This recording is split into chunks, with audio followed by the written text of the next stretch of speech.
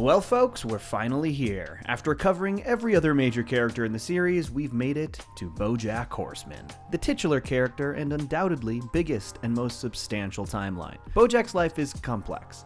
He's a character that, like many in the series, has both endured and doled out his fair share of trauma. Over the course of his life, we see countless patterns emerge and cycle, and in the end, we see him make a concerted effort to try and break those patterns. So join me as we explore the complete timeline of BoJack Horseman, obviously. And as this is the final timeline in the series, I would love to urge you all to check out the timelines I've done on the show's other characters. I have covered Beatrice Horseman, Herb Kazaz, Mr. Peanut Butter, Princess Carolyn, Diane Wynn, Sarah Lynn, Todd Chavez, Hollyhock Mannheim, Guerra Robinson, Schiller's Flag Song, Fonzarelli McQuack, and of course my most recent, esteemed character actress, Margot Martindale. That one, in particular, deserves some more love. It's really fun. Please check it out. And if you've already joined me on most of these timeline journeys, I would really appreciate it if you subscribe to the channel. We are getting so close to 300K, and I think this video could put us over the top. Thanks. BoJack Horseman was born on January 2nd, 1964 to Beatrice and Butterscotch Horseman in San Francisco, California. For much of his younger childhood, Butterscotch worked at a fish cannery while attempting to finish his great American novel and be a respected author. Beatrice resented both Butterscotch and BoJack for depriving her of a more lavish lifestyle, particularly Butterscotch for refusing help from her father. In 1970, Butterscotch finally decided to accept Joseph Sugarman's help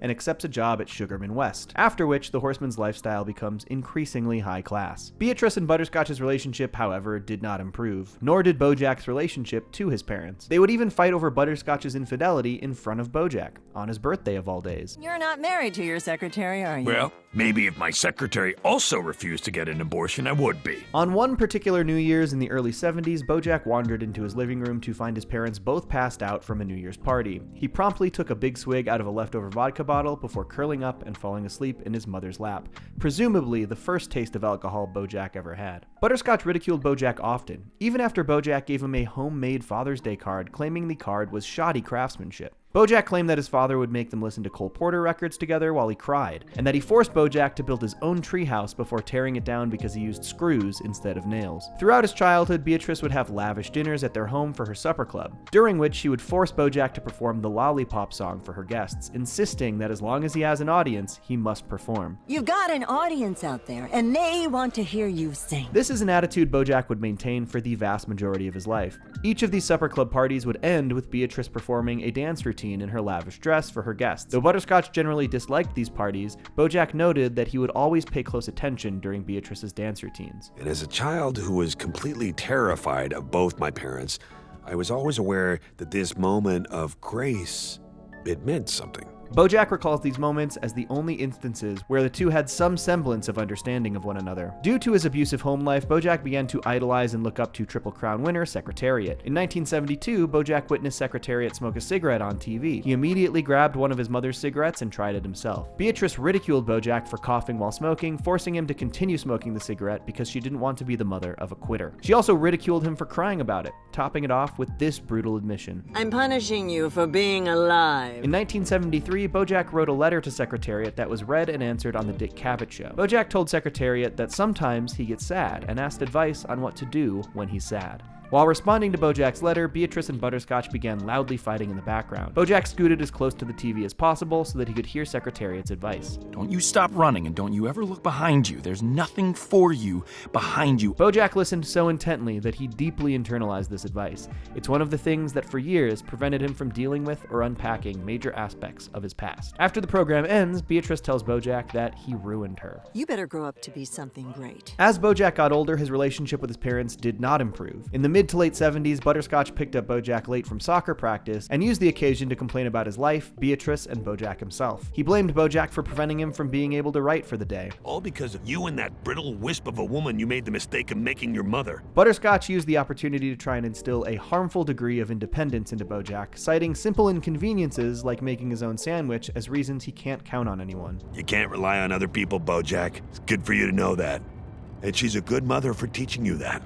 This harmfully reframed Beatrice's abuse and neglect as positive. Around this time, Beatrice tasked BoJack with bringing Butterscotch's dinner while he was working late at the office. BoJack walked in on Butterscotch cheating on Beatrice with the secretary, who promptly left when BoJack arrived. Butterscotch decided to make BoJack a Jack and Coke as a sign of him turning into a man, citing it as their first drink as father and son. BoJack reluctantly drank the cocktail and later woke up in Butterscotch's car with vomit on his sweater, who deliberately gave him too much and emotionally manipulated him into keeping quiet. Maybe it's best if we both just forgot about everything that happened tonight. In the late 70s, likely as a freshman or sophomore, BoJack went to a high school party. He was clumsy and awkward, knocking over a shelf of cassettes, but his classmate from Spanish 1 named Katie kindly helped him pick it up. BoJack was offered beer and declined, but eventually accepted and got drunk. Later, BoJack started to do mean impressions of other classmates, including Katie, telling a humiliating story about her and causing her to run off crying as he continued to drink. An example of BoJack's don't stop dancing attitude, continuing to perform to his captive audience, despite ridiculing someone who is kind to him. Later in high school, BoJack briefly considered playing football, but Beatrice promptly told him that he would embarrass himself. In the mid-1980s, BoJack moved to Los Angeles to pursue a career as a comedian. In 1985, while performing a set at the Laugh Shack, BoJack was heckled by a man named Herb Kazaz. After the set, Herb struck up a conversation with BoJack and offered to buy him a drink,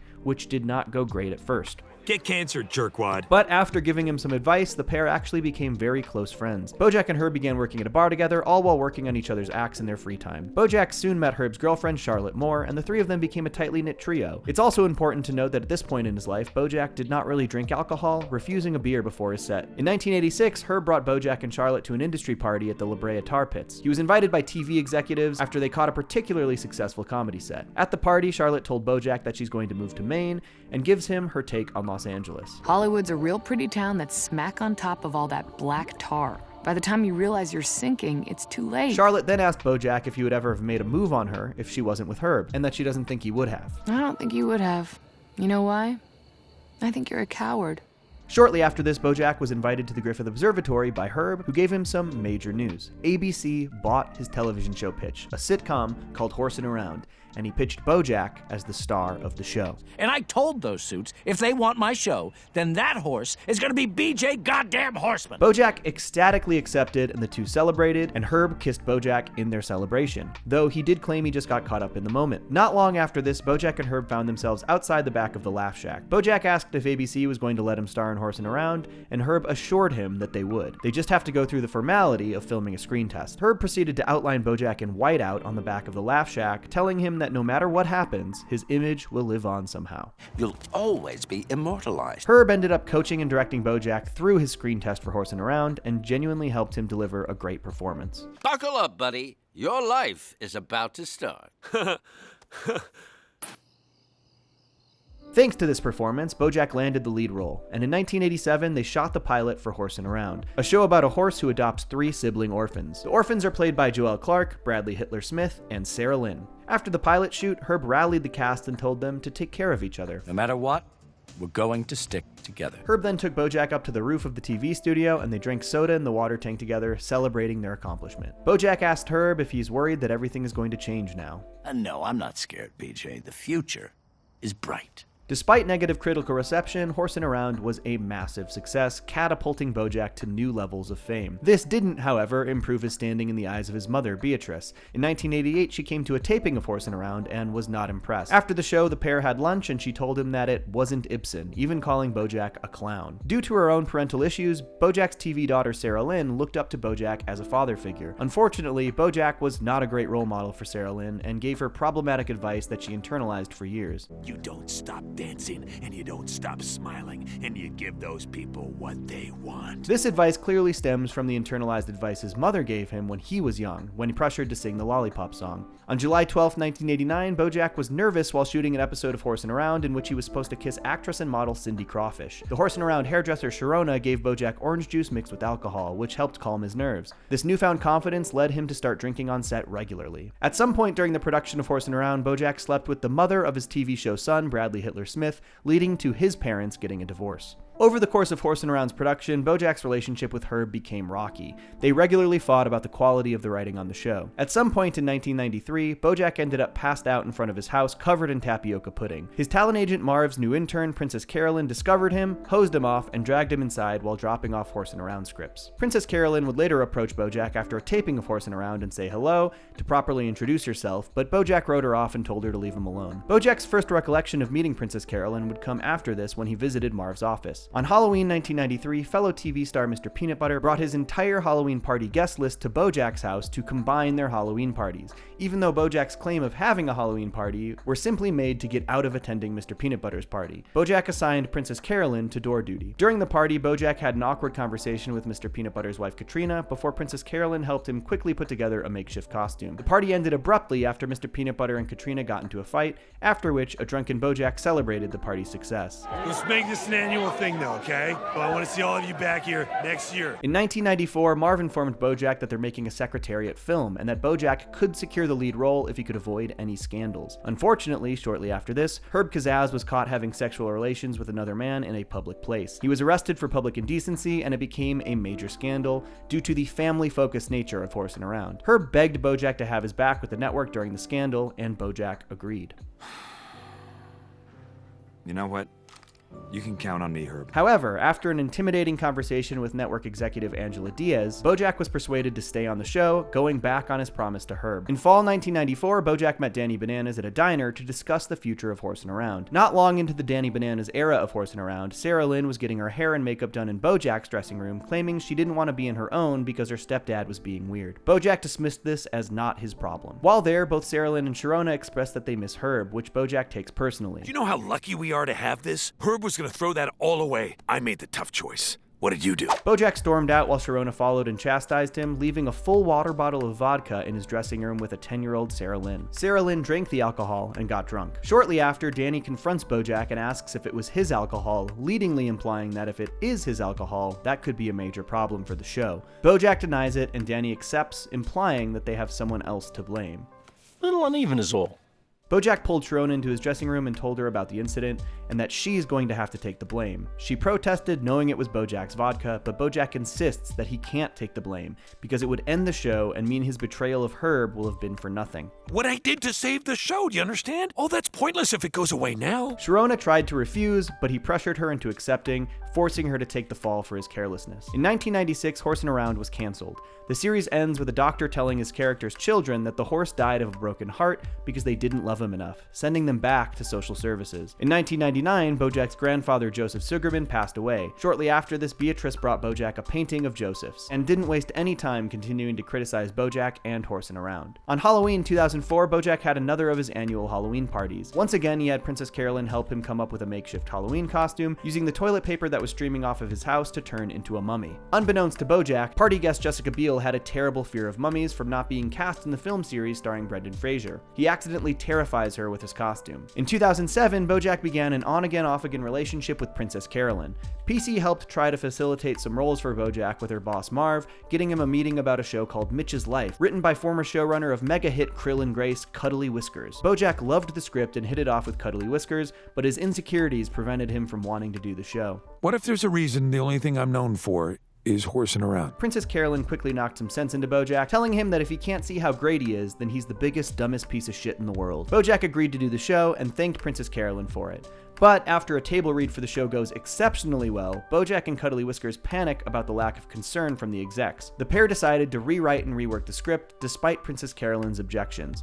BoJack berated PC for giving her 2 cents. Is that how you think of me? As your agent's assistant? Well, what do you think you are? I don't know, I guess... Well, here's some free advice. You should know. Immediately after this, BoJack's agent retired, and Princess Carolyn adopted all of his clients, including BoJack himself. Through their reworking, BoJack and Cuddly Whiskers' show morphed into something called the BoJack Horseman Show, a crude, semi-autobiographical series with countless ill-advised ideas, like BoJack taking a dump on a Horsin Around DVD and his character trying heroin. BoJack hosted a premiere party at his house. At the party, he made more advances on Princess Carolyn, but she rejected him, telling him that she doesn't want to spend the next 7 years falling in and out of love with him. She also tells him something that knocks some sense into BoJack. For what it's worth, I always liked the horse from Horsin Around. BoJack immediately panics and asks Cuddly Whiskers if they can stop the premiere, but it's too late. And unfortunately, the premiere for the BoJack Horseman show was a miserable failure, sending BoJack spiraling. He called Princess Carolyn to come comfort him, showering her in praise. The two sleep together again and continue their on-again, off-again relationship. In December of 2007, as a last-ditch effort to draw viewers to the BoJack Horseman show, Cuddly Whiskers begged BoJack to ask Sarah Lynn to guest star on the series. After one of her stadium shows, Sarah Lynn was elated to hear that BoJack had come backstage to see her. She expressed to BoJack just how heavy the weight of superstardom felt. I am this close to falling off the deep end. I know I'm smiling right now, but the light inside me is dying. Despite this admission, BoJack asked Sarah Lynn to guest star on his failing sitcom. Sarah Lynn asked him to leave the script and then sent him away. During his Halloween party in 2009, BoJack received a call from his mother, who told him that his father Butterscotch had died in a duel. We learned that Butterscotch finally released his novel, and after a bad review, challenged the critic to a duel. During the duel, he fell and hit his head, dying. While on the phone with his mother, Mr. Peanut Butter's girlfriend Diane Wynn awkwardly attempts to introduce herself, as she's a massive fan of Horsin Around. Though he understood her obscure costume, BoJack wrote her off. Yeah, Mom, I'm still here.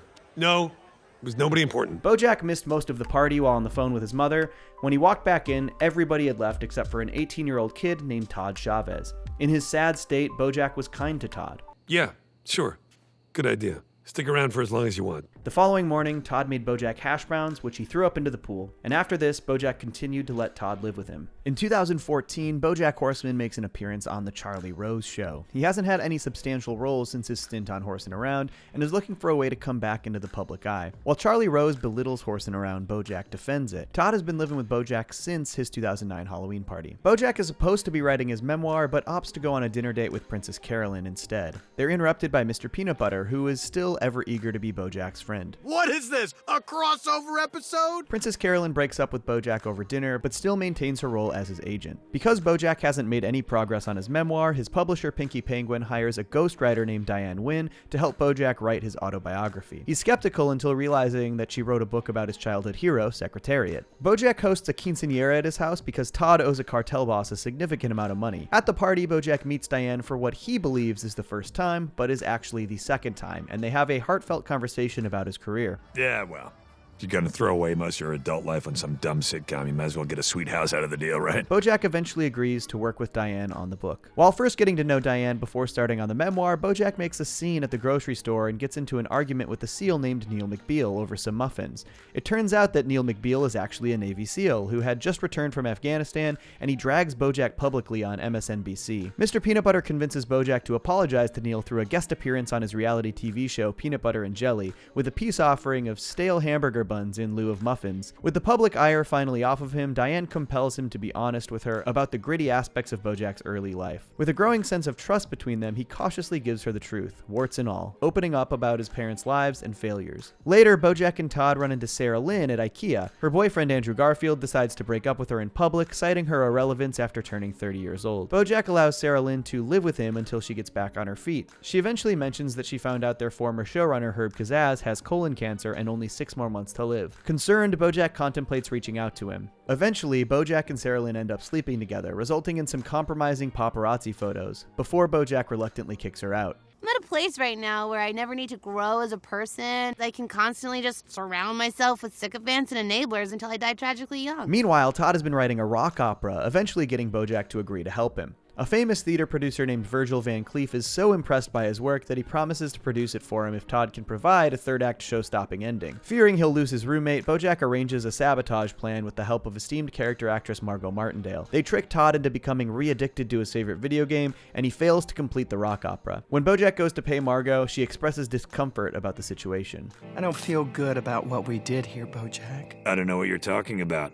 this never happened. Not long after this, BoJack travels with Diane to New York to meet with Pinky Penguin about the book. He asks about their progress before Diane receives a call from her brother telling her that their father passed away. BoJack goes with Diane to Boston to meet her family, who showers BoJack with attention as a famous TV star, but treats Diane like garbage, bullying her into making all the funeral arrangements. Her ungrateful family bails on the funeral and opts to turn her father's remains into chum. Diane flies into a violent rage, after which BoJack comforts her by suggesting that she moves forward by writing them out of her life. He leaves a voicemail for Herb Kazaz, hoping to make amends for the past. While they're away, Todd has turned BoJack's house into a tourist destination, posing it as the home of actor David Boreanaz. He's reported to the police and sent to jail, asking BoJack to pay his $50 bail with his one phone call, which goes unanswered. Once they get back to Los Angeles, BoJack realizes he has a crush on Diane, much to Mr. Peanut Butter's dismay. After a series of dumb competitions, BoJack buys the restaurant Elefante on a dare and steals the Hollywood D for Diane, leaving it wedged in his pool. He asks Mr. Peanut Butter for help to clean up the mess, who takes credit for stealing the D and presents it as a grand gesture of his love for Diane, which she does not appreciate. During this incident, BoJack leaves Diane a voicemail telling her how he feels. When I'm with you, I don't hate myself. I like being around you. While BoJack leaves this voicemail, Diane and Mr. Peanut Butter get engaged. BoJack goes on a 2-week bender upon realizing Diane is now engaged. He ditches an ad campaign for Guten Bourbon, with Todd taking his place. Delusional, BoJack tries to get back together with Princess Carolyn, who sees straight through his plan. BoJack is so desperate that he ends up changing his agent to Vanessa Gecko, PC's rival, just to be able to date her. To Vanessa's credit, she does get the paparazzi birds to destroy the sexually compromising photos of BoJack. During a dinner date with PC, BoJack receives an angry call from Herb Kazaz, telling him to come talk to him in Malibu. I got your message, asshole. You got something to say to me? You come out to Malibu and say it to my face. Dejected, BoJack breaks up with PC again and leaves her stranded at Elefante. BoJack drives with Diane and Todd up to Herb's home in Malibu. Their interactions are strained at first, but gradually show some of their lingering past connections. Herb mentions his lifelong passion for charity work, along with keeping in touch with Charlotte Moore, his old girlfriend, before he came out in the early 90s. The visit appears to actually go surprisingly well at first, with Herb wishing him well after their talk. And it was actually nice to see you, BoJack. However, BoJack feels compelled to apologize to Herb for his removal from Horsin Around. Herb hears him out, but he does not forgive BoJack, telling him that he isn't entitled to closure for what happened. Even with their past friendship and mutual bond over the creation of the show, Herb reveals that BoJack hadn't contacted him in the 18 years after Horsin Around's cancellation. I did fine, but what I needed then was a friend. And you abandoned me. And I will never forgive you for that. In a huff, Herb dismisses him as BoJack struggles to explain himself.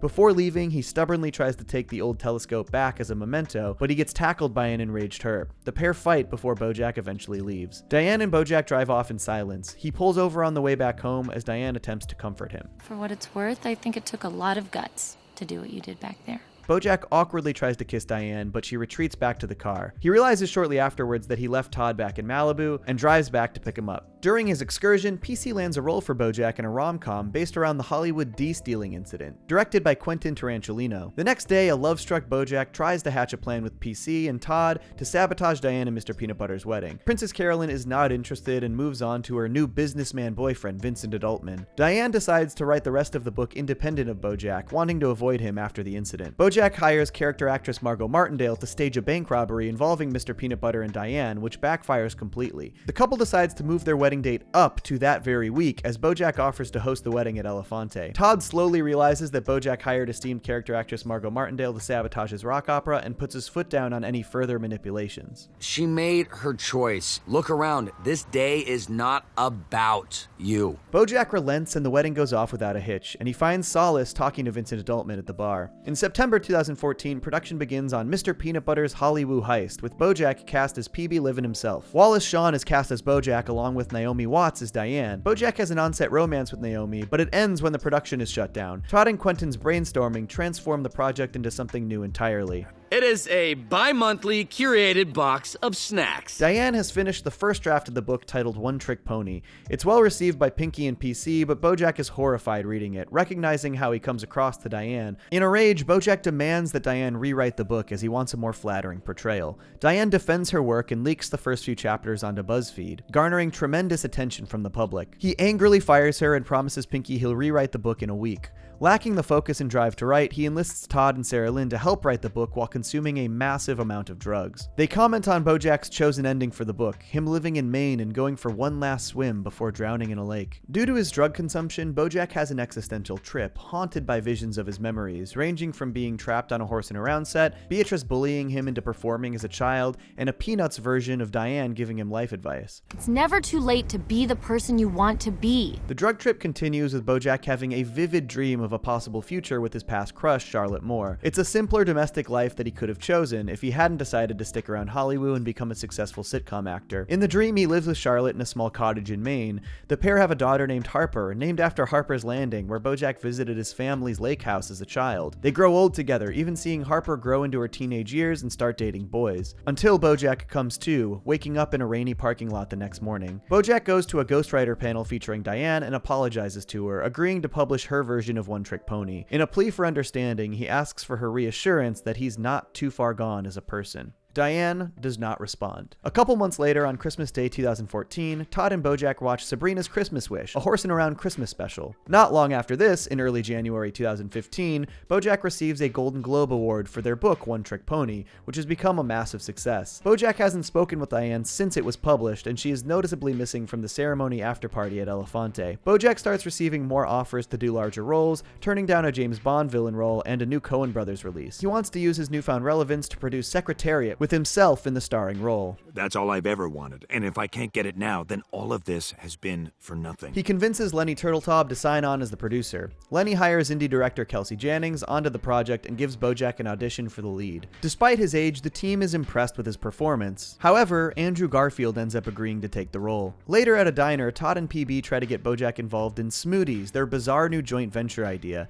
They've previously tried to get him invested in an unfinished Halloween store, only open in January, which ends up severely injuring Andrew Garfield. Because of Andrew Garfield's injury, BoJack ends up getting the role of Secretariat. Kelsey tells him he's been cast and that he has 1 month before production to get into shape. BoJack talks to Diane on her roof, who reveals her involvement in the Secretariat movie as a character consultant. Despite the tension, BoJack and Diane discuss what happened. Do you think I'm a good person?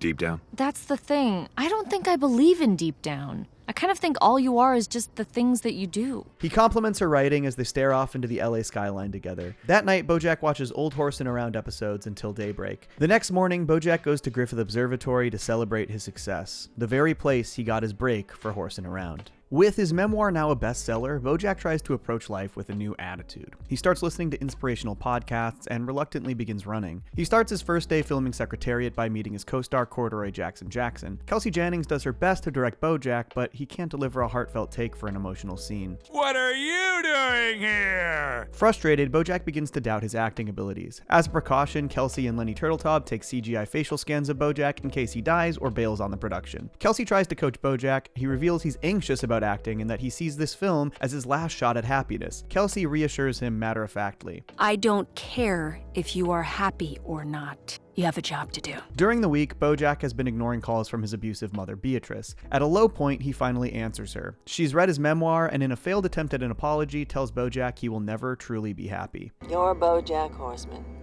There's no cure for that. Emotionally defeated, BoJack returns to set and nails his take. BoJack starts dating around, with each woman bringing up events from the book. Todd excitedly tells BoJack about his Disneyland theme park opening the following day. Todd had been discussing it since 2012, but BoJack does not remember. Finding his favorite bar has been swarmed by fans, BoJack heads to the Valley Skate roller rink instead. Pinky Penguin introduces him to his boss, Wanda Pierce, an MBN executive who had previously been in a coma for 30 years. They immediately hit it off and spend the entire night talking before sleeping together. To his surprise, BoJack likes spending time with Wanda and invites her to Todd's Disneyland. BoJack enjoys showing off Wanda while on set. Kelsey remarks to Diane that they're both emotionally stunted adults. He got famous in his 20s, so he's going to be in his 20s forever. After you get famous, you stop growing because you don't have to. During a date, BoJack struggles to fend off the advances of a man named Alex, claiming to be just out of a 30-year coma himself. Suspicious, BoJack investigates him, finding out Alex is actually a covert KGB operative. Slap my salami, the guy's a commie. Upon realizing Todd legally owns the trademark to Disneyland due to a typo, BoJack throws a party for him. However, the event was a ruse to reveal Alex as a KGB spy. BoJack's plan backfires as Wanda gets mad at his jealousy. I want to know what happened to the amazing guy I spent the last few days with, because if this is who you are,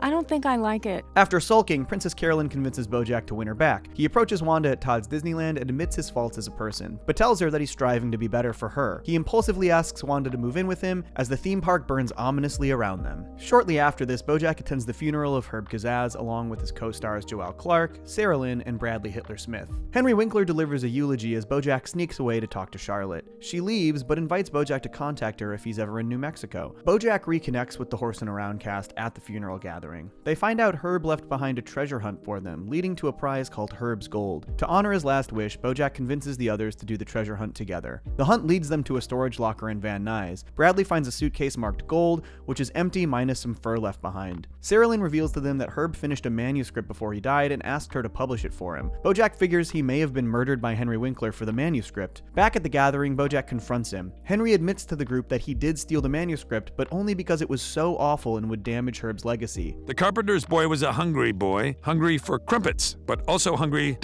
for life.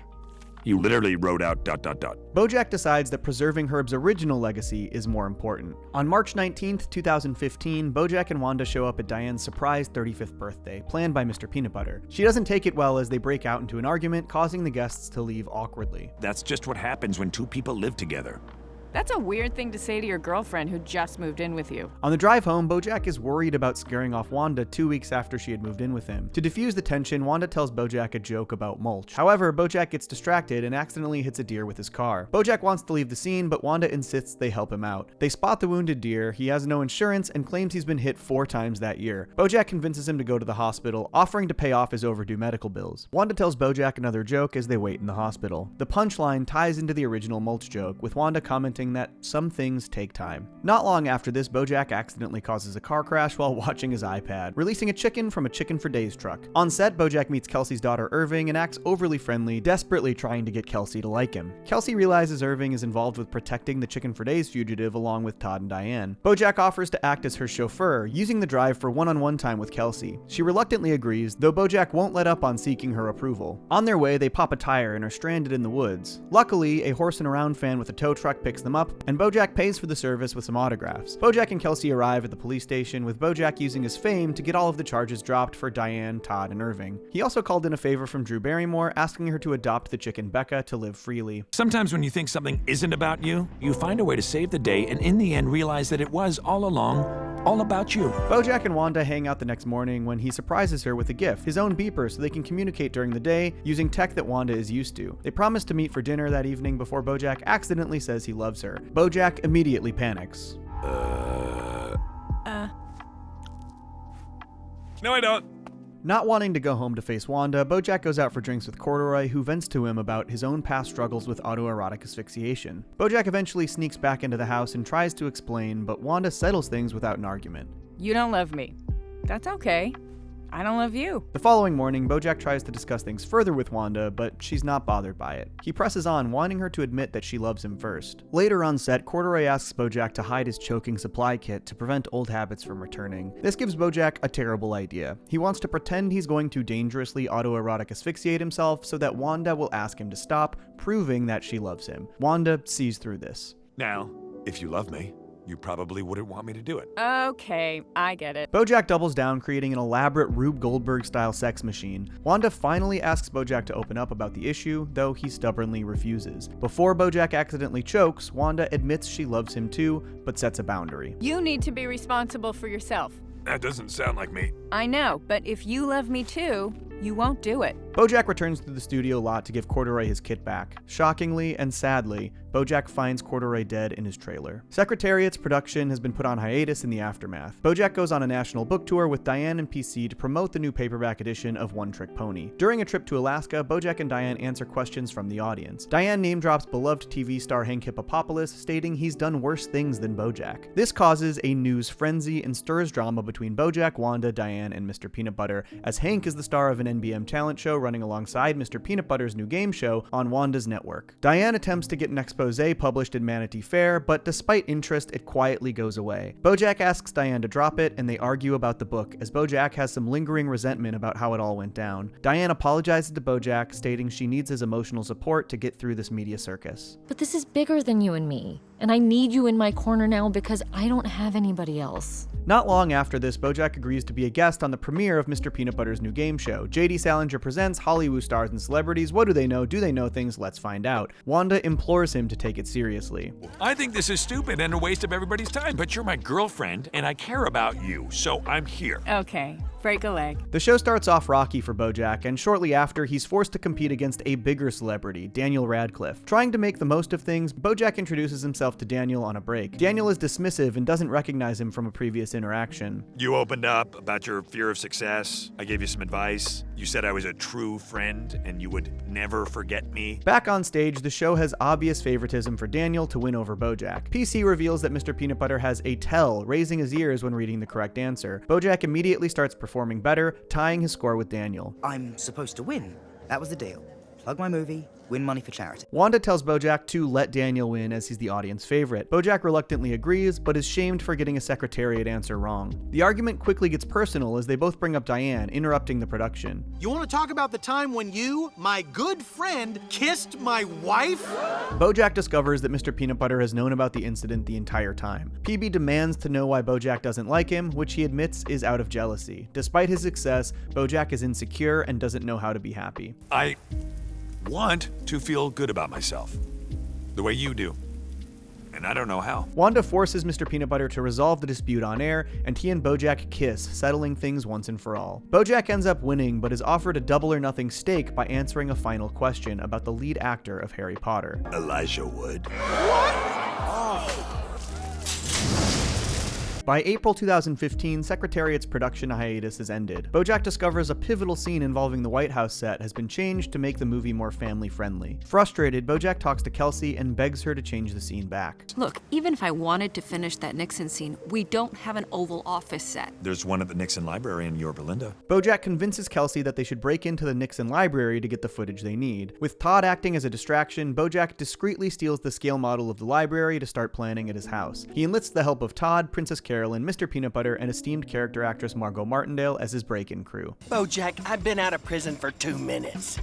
What took you so long? BoJack, Kelsey, and Mr. Peanut Butter break into the Nixon Library while everyone else diverts the cops by breaking into a nearby art gallery. BoJack struggles to cry for the take they need. He apologizes to Kelsey, but she then gets through to him. This is the moment you realize something inside you is broken, and it can never be fixed. Though he doesn't cry, Kelsey claims that they nailed the shot. She thanks him for believing in her as a director, and BoJack steps outside for a cigarette, immediately breaking down crying. The following morning, BoJack arrives on set to learn that Lenny Turtletop has fired Kelsey for their stunt, replacing her with hack director Abe DeCatfish. BoJack drives home and finds Diane waiting outside the house, looking for a place to stay to process the trauma of war-torn Cordovia. BoJack allows Diane to stay at his home, despite how much it annoys Wanda. Under the new director, Secretariat has become a schlocky mess. BoJack attempts to give Abe notes to make the movie more historically accurate, but Abe has a more casual approach to the production. Chin up, big guy, so we ain't making Casablanca. PC quietly asks BoJack to join her new agency, Vim. He agrees, with PC offering him an off-Broadway role working with playwright Jill Pill. The new gig requires him living in New York for 6 months. BoJack and Wanda have a dinner at Abe's mansion. It's the last week of shooting for Secretariat,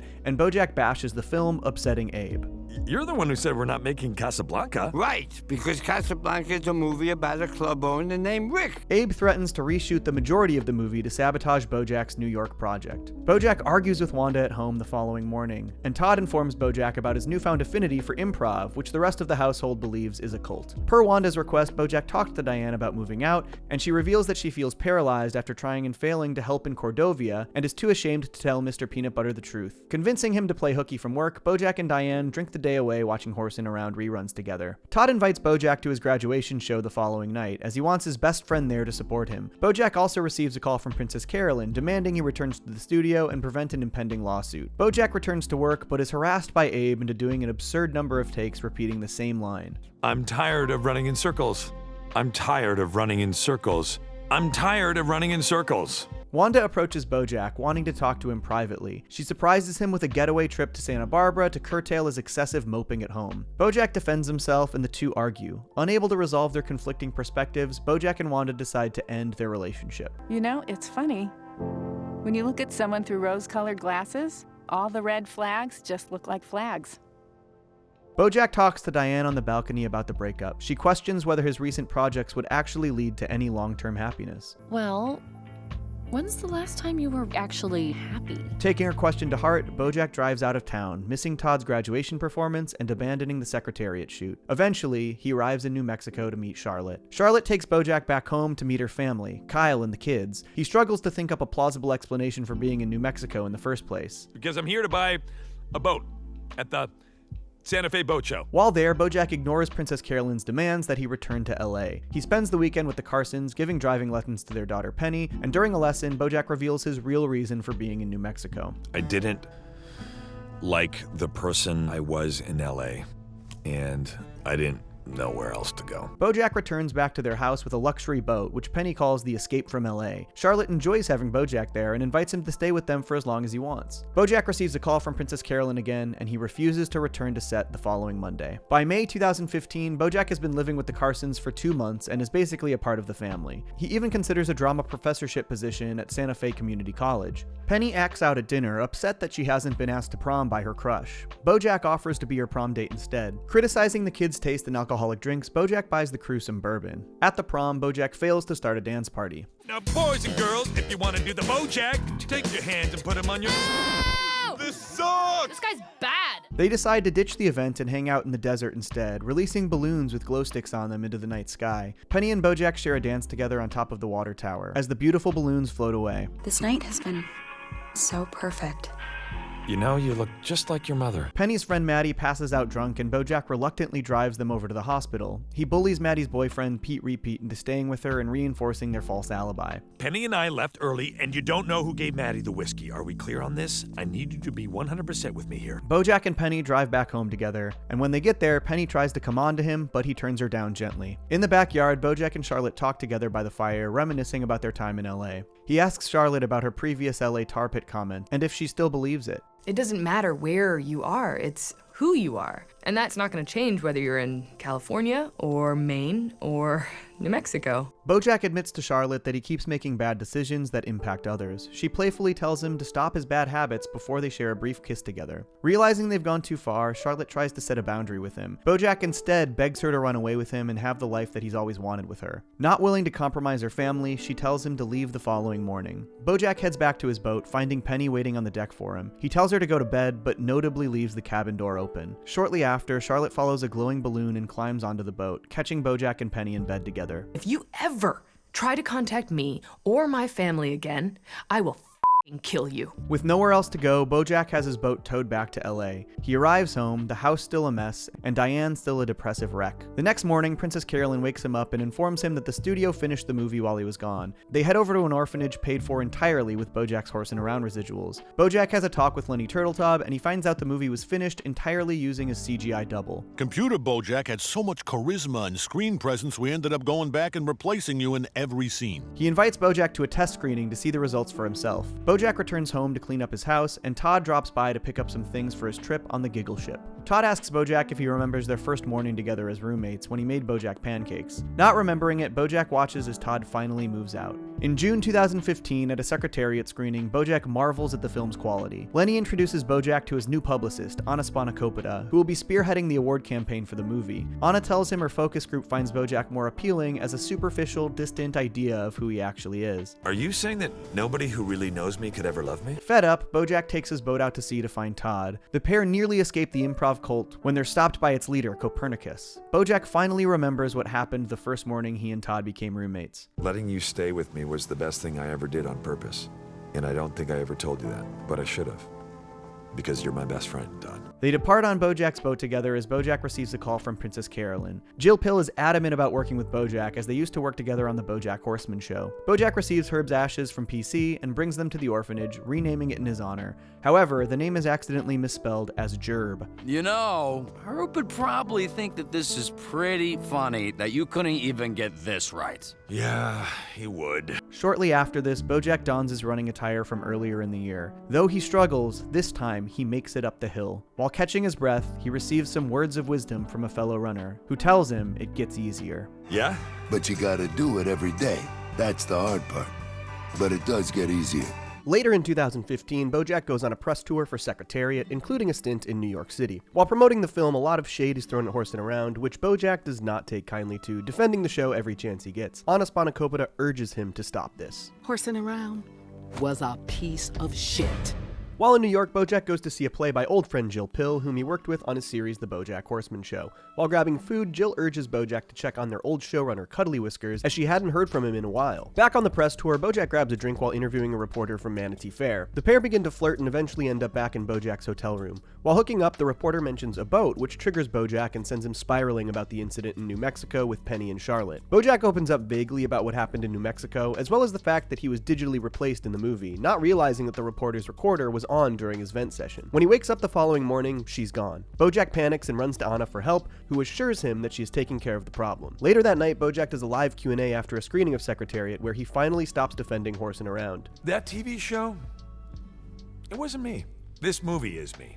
An ironic admission, as the opposite is true. When he gets back to LA, BoJack is forced to make the rounds in an attempt to woo Academy members for his nomination. Between attending these various events, he and Diane drop by Cuddly Whiskers' house to check on him at Jill Pill's behest, where they discover the dead body of a dancer named Nadia from Whale World in his pool. The cops arrive immediately, and BoJack and Diane are interrogated. Due to a suspicious text in Nadia's phone claiming BoJack is going to kill me, BoJack is the prime suspect. Diane and BoJack head to Whale World to investigate further, meeting the club owner, a guy who played a neighbor named Goober on Horsin Around. They're told by a dancer to come back later. When they return at night, the club is much sketchier, and the two walk through a back hallway with the words BoJack Kills written on the wall. They soon discover that BoJack is the name of a strain of heroin that is being peddled through the club, and that Nadia died of a heroin overdose. BoJack is cleared of suspicion, and they continue looking for Cuddly Whiskers. After reading a letter Jill wrote to Cuddly Whiskers at his house, BoJack remembers that he has a property in Ojai where he retreats to. Diane and BoJack drive up to the property and find Cuddly Whiskers. He imparts some wisdom on both Diane and BoJack. Only after you give up everything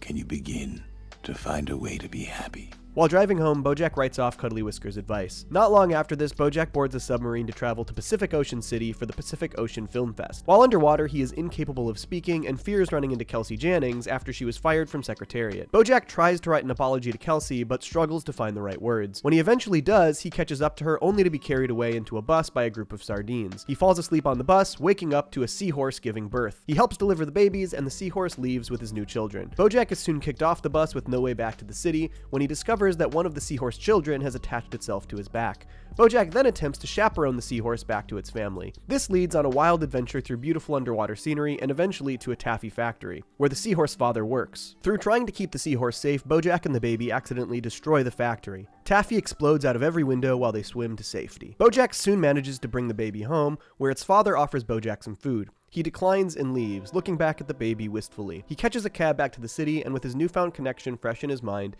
he finds the words to apologize to Kelsey. Kelsey, in this terrifying world, all we have are the connections we make. I'm sorry I got you fired. I'm sorry I never called after. He arrives back in the city, finding he missed the Secretariat premiere, which was a big success. While celebrating, he sees Kelsey leave and follows her, giving her the note he wrote. She looks at the note angrily, throws it back at him, and leaves. He then discovers that the ink ran in the water. It was illegible. He then immediately learns that his helmet actually has a speaker, and he could have spoken the entire time. Not long after the POF premiere is the wide theatrical release of Secretariat. BoJack is woken up by Todd early that morning as Todd expresses major excitement for BoJack. Princess Sarah Lynn calls and gives BoJack the good news. Secretariat is a hit, and BoJack is a bona fide movie star. How do you feel? I awesome.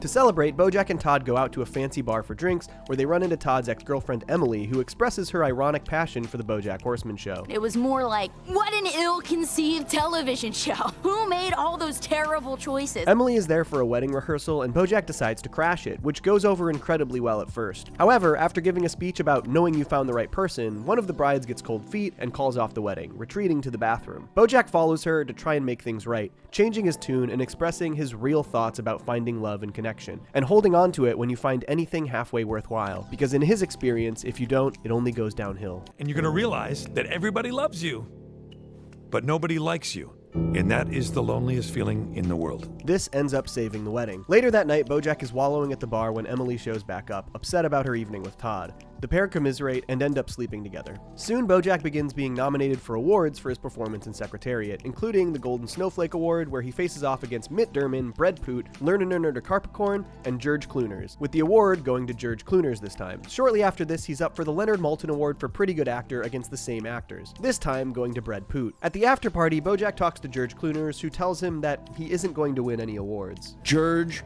Bread, Mitt, those are names, like real names. BoJack gets angry and jealous about this and opts to try and out-prank George, a self-proclaimed prank master. He disguises himself as his limo driver, but when he picks George up, he discovers that Anna is actually also George's publicist. BoJack calls her out angrily and fires her. Later that night, BoJack arrives home to find Anna sitting in his living room smoking a cigarette. She reveals that she dropped George as a client and is focusing all her energy on BoJack. She found it thrilling when he fired her, and she channels that into sexual arousal, coming onto BoJack strongly, which transitions into full-on intimidation. Their relationship becomes both professional and sexual after this. Shortly after this, Todd and Emily start up their new business, Cabracadabra, a rideshare app for women with only women drivers. They start the business in BoJack's living room. This makes BoJack uncomfortable and guilt-ridden after sleeping with Emily, and he starts sleeping on his deck to avoid them. While this is happening, BoJack tries to cancel his subscription to the LA Gazette, but the newspaper puts him on the line with their most effective salesperson dubbed The Closer, who effectively begins to walk BoJack through his first ever experience with therapy. She talks him through many of his feelings of guilt and shame about the Todd-Emily situation,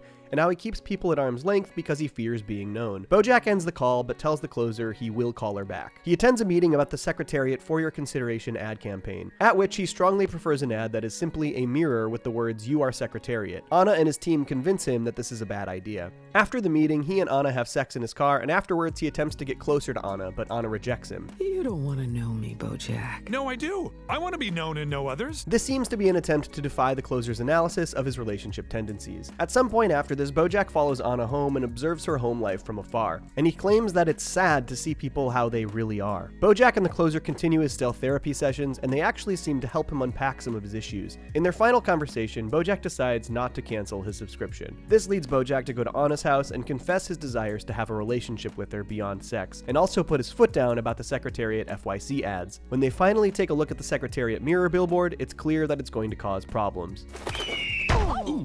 On New Year's Eve, BoJack gets a call from Sarah Lynn, wondering if he heard about Ethan Around, the Horsin Around sequel project that Bradley Hitler Smith is attempting to drum up support for. The idea being that Bradley's character Ethan grows up and adopts 3 horse children. Sarah Lynn also reveals that she's 8 months sober, but tells BoJack to call her when he's ready to party. BoJack jealously calls Bradley about Ethan Around, mad that he wasn't contacted about the project. He doesn't really want to do the project, but he also refuses to say no, and Bradley books a flight to LA to go all in on the TV series. BoJack gets a call from Kelsey Jennings about starring in a small indie film she's producing. His star power can help her get the funding she needs. However, it conflicts with a huge franchise role, The Flight of the Pegasus, that PC is desperately trying to secure for BoJack to make Vim profitable, but Kelsey convinces BoJack. It's small and it's real, and you get to work with a director who sees you. To save her agency, Princess Carolyn attempts to secure both roles for BoJack. During the Cabracadabra New Year's party at BoJack's, Bradley shows up with champagne to celebrate Ethan Around with BoJack. However, too cowardly to turn it down, BoJack has Anna reject Bradley's offer for him,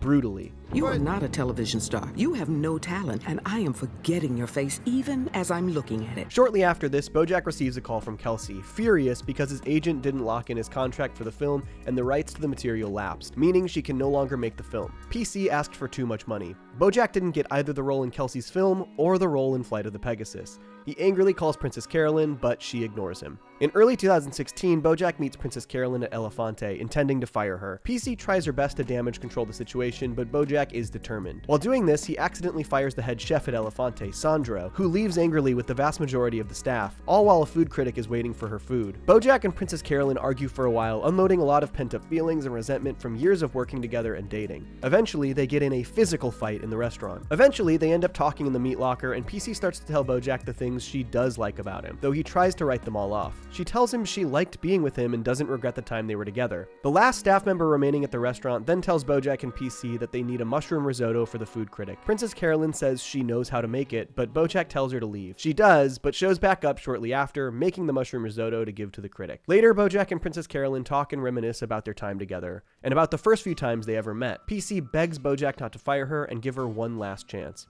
He refuses and fires her anyways. On January 14th, 2016, the Oscar nominations are announced by Mr. Peanut Butter 36 minutes late, and BoJack is nominated for Best Actor for his role in Secretariat. Expecting to feel better about himself, BoJack is disappointed. I feel the same. Anna attempts to instill some confidence in BoJack, telling him a personal anecdote about nearly drowning and insisting that he's special. To celebrate, BoJack throws a massive party at his house. During the party, he is delivered tons of free swag, including a Tesla. Diane drops by to see if BoJack is okay, recognizing that he might start spiraling after the announcement. BoJack takes this the wrong way and assumes she's trying to make him feel guilty about the Princess Carolyn situation. She tries to open up, but BoJack rejects this, saying she fetishizes her own sadness, echoing something Anna told him earlier. Diane retorts angrily and hits BoJack with some brutal honesty, that winning an Oscar will not bring him happiness, and then she takes it too far. And you're gonna be so miserable you'll want to kill yourself. And you're gonna have nobody left to stop you. Diane leaves angrily, and BoJack starts to spiral even further. He goes to Anna and asks if their relationship will continue after the Oscar season ends. She brushes him off and leaves. BoJack continues to drink and party even harder, eventually finding himself in the driver's seat of his new Tesla, which he accidentally backs into his pool, nearly drowning. Fortunately, Mr. Peanut Butter pulls him out. Unfortunately, Mr. Peanut Butter also reveals some rough news, that he lost the Oscar nomination envelope, and that he and Todd made up all of the nominations that they announced earlier that day. BoJack was never actually nominated for an Oscar. This obviously sends BoJack spiraling even further. The next morning, he desperately tries to call Anna, but she won't pick up the phone. Todd drops by, and BoJack begs him to go to Ojai with him, saying that he really needs him and that Todd owes him after everything he did for him. Todd retorts that he just felt bad about Emily, and BoJack admits that he slept with her. You had sex with Emily? Todd gives BoJack a much-needed reality check and lectures him about doing terrible things and then wallowing in his own sadness about the terrible things he does. He tells him he needs to stop blaming others and that he needs to be better. It's you. Fuck, man. What else is there to say? Immediately after this, BoJack calls Sarah Lynn and asks if she wants to party, and she excitedly agrees. From January 15th until February 28th, BoJack and Sarah Lynn went on a massive drug-fueled bender. They start at Sarah Lynn's house, where they indulge and watch Horsin Around DVDs, drinking and doing cocaine that was hidden around her house. During this bender, BoJack starts to black out, and entire chunks of time go missing from his memory. They find themselves at Sarah Lynn's AA meeting, where she gets her 9-month sobriety chip. While there, BoJack scoffs at the stories the members are telling and gets on stage and recounts the events of New Mexico and Penny in an incredibly crude way. Eventually, they start to drive around LA as BoJack attempts to make amends and apologize to those he's wronged. They stop at Mr. Peanut Butter and Diane's house, where nobody is home, eating all of their food in the process. PB and Diane catch them eventually, and as they run off, they knock over Diane, re-breaking her wrist. They stop at Princess Carolyn's apartment, where BoJack just screams, "I'm sorry," over and over. PC and Ralph look down disapprovingly before going back inside. They also go to Anna Spanakopita's place a few times, where Anna continuously attempts to tell BoJack a story about why she cut him off from her life. He keeps blacking out during the story, and then he goes back to hear it again over and over. The story basically relates to a drowning victim and how, as a lifeguard, there are some people you can't save because they thrash and struggle and bring you down with them. What does it have to do with me? Eventually, BoJack decides to make the long trek to Ohio to apologize to Penny Carson for the events of New Mexico. After they arrive at Oberlin College, BoJack and Sarah Lynn follow Penny to a few different locations and determine that she seems like she's doing fine. They eventually decide to leave without talking to her. BoJack stumbles and falls into an a cappella group, at which point Penny notices BoJack. The sight of BoJack clearly triggers Penny deeply, and she backs away from the scene distraught. The crowd quickly starts to realize that BoJack is there, as well as Sarah Lynn, and after Penny disappears into the crowd, BoJack and Sarah Lynn start to drive back. On the drive, Sarah Lynn discovers a bag of heroin in BoJack's glove compartment, and when the two get back to Sarah Lynn's house in LA, they snort it together. While high on heroin, the two of them go to a few different locations. First, the very same bench where BoJack gives Sarah Lynn his TV Guide Award. On February 28th, they go to a dingy motel where they lay on the bed together, Sarah Lynn drifting in and out of consciousness. They turn on the TV just in time to see the Oscars award Sarah Lynn for Best Original Song in The Nazi Who Played Yahtzee. Initially, Sarah Lynn is overjoyed with the win before realizing that she should have been at the show herself, overcome with regret. Sarah Lynn has a brief existential panic attack, expressing her unhappiness with how her life turned out. BoJack, I don't like anything about me. BoJack tries to help and offers to take Sarah Lynn to the planetarium, a place she requested they go multiple times over their bender. At the planetarium, Sarah Lynn admires the building's architecture. The two of them sit together, looking into the vast empty void of space. Sarah Lynn utters what would be her last words. I want to be an architect. BoJack attempts to make himself feel better about his mistakes and regrets with a larger perspective on the universe, claiming that his past doesn't matter. The only thing that matters is right now. This moment. This one spectacular moment we are sharing together. Right, Sarah Lynn? Sarah Lynn would never respond. She lost consciousness in the planetarium. When BoJack realizes this, he panics about being responsible. He calls his own cell phone from Sarah Lynn's phone to make it seem like he wasn't with her, and then waits 17 minutes before calling an ambulance to pick her up, to make it seem like he traveled to the planetarium after she called. The ambulance arrives after this and takes Sarah Lynn to the hospital, where BoJack meets Sarah Lynn's mother and stepfather. Sarah Lynn was pronounced dead on February 28, 2016, at 31 years old. After Sarah Lynn's funeral, BoJack sits at home and watches old Horsin Around episodes, overcome with guilt. Diane shows up and BoJack tells her that he blames himself for what happened, and that nobody is better off having known him. Diane reveals to BoJack that she actually used to watch Horsin Around as a child, and that with her own family's neglect, it brought her comfort. And it helped me survive. BoJack, there are millions of people who are better off for having known you. BoJack tells Diane that she's too talented to be doing social media work and expresses sadness that she's gotten so distant. You know me better than anybody, and you can't not be a part of my life. This conversation inspires BoJack. He calls Bradley and convinces him that they have to do Ethan Around. I think now more than ever, people need shows like Horsin Around. In the summer of 2016, the Ethan Around set is built, and BoJack and Bradley work out the pilot script for the show. BoJack points out that Bradley gave BoJack the cut to commercial joke, and insists that he give it to himself. This is Ethan Around. It's your show. BoJack incredibly successfully coaches Bradley, showing off his directing potential. Shortly after this, they begin shooting Ethan Around. During a short break on set, BoJack chats with one of the young actresses who plays one of the kids on the show. He asks her what she wants to be when she grows up. I want to be like you. I want to be famous. This sends BoJack spiraling, fearing that he is about to lead someone else to the same fate as Sarah Lynn. He panics and bails on the production. He initially goes home, but immediately leaves, getting in his car and driving out of LA. While driving, he closes his eyes, puts his head back, and takes his hands off the wheel, tempting fate. The car starts to drift, but before anything worse can happen, he grabs the wheel and brings the car to a halt as a herd of wild horses run by. He briefly considers joining them when he gets a call from Diane. He ignores the call and gets back in his car. BoJack drives his car across the country, stopping to see sights as he goes, ignoring countless calls and voicemails from Diane. He stops to eat at a diner where he sees a packet of Sugarman Sugar with an image of his mother on it, which gives him his destination. He heads to Harper's Landing, where he would spend summers at his family's lake house as a kid, and begins living in the broken down home. While there, BoJack begins to try and fix up the old Sugarman place, which goes poorly. While at the hardware store, a couple young employees recognize BoJack, but he pretends to be someone else. He learns that they're making a TV show about the Sarah Lynn story, and that he'll be played by Paul Giamatti. BoJack's new neighbor, a dragonfly named Eddie, gives BoJack a hard time about the broken door to his house, telling him he'll freeze if he doesn't fix it. BoJack ignores him. By the winter, Eddie is proven right, and BoJack begins to freeze inside the house. He watches the Sarah Lynn story on his phone while wrapped in blankets, nearly frozen as Paul Giamatti gives his over-the-top performance. Eddie opts to fix the door himself, but as BoJack is stubborn, he immediately re-breaks the door. Ultimately, the two bond over the obnoxious employees at the hardware store, and BoJack accepts Eddie's help fixing up the house. From January 2017 through to the summer, BoJack and Eddie slowly fix everything wrong with the place, until it looks exactly like it used to. BoJack points out that there's one thing missing: the weather vane that used to sit on the roof. Eddie goes up to his room and watches his old wedding tape. As he and his wife dance, you can see the old weather vane atop the Clam Brothers barn.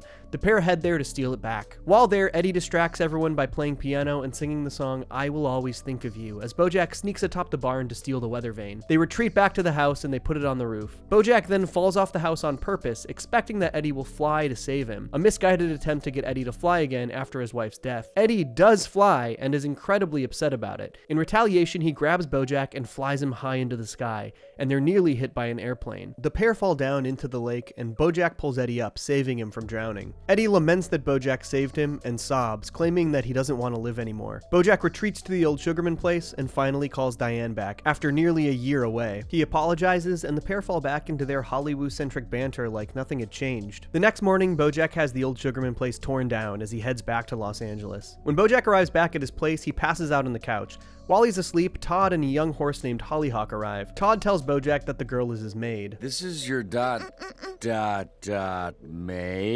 BoJack tries to reconnect with Todd as a friend, but Todd rejects his advances. However, Todd does clean BoJack's entire house to keep up the maid charade. Hollyhock ends up hanging out at BoJack's, who sends her to Channing Tatum's house to thank him for getting his mail while he was out of town. Todd arrives back at BoJack later that night and tells him that Hollyhock is his daughter, though it takes a minute for it to sink in. After Todd leaves, Hollyhock shows up and the pair of them talk about their situation. Well, let me be the first to tell you.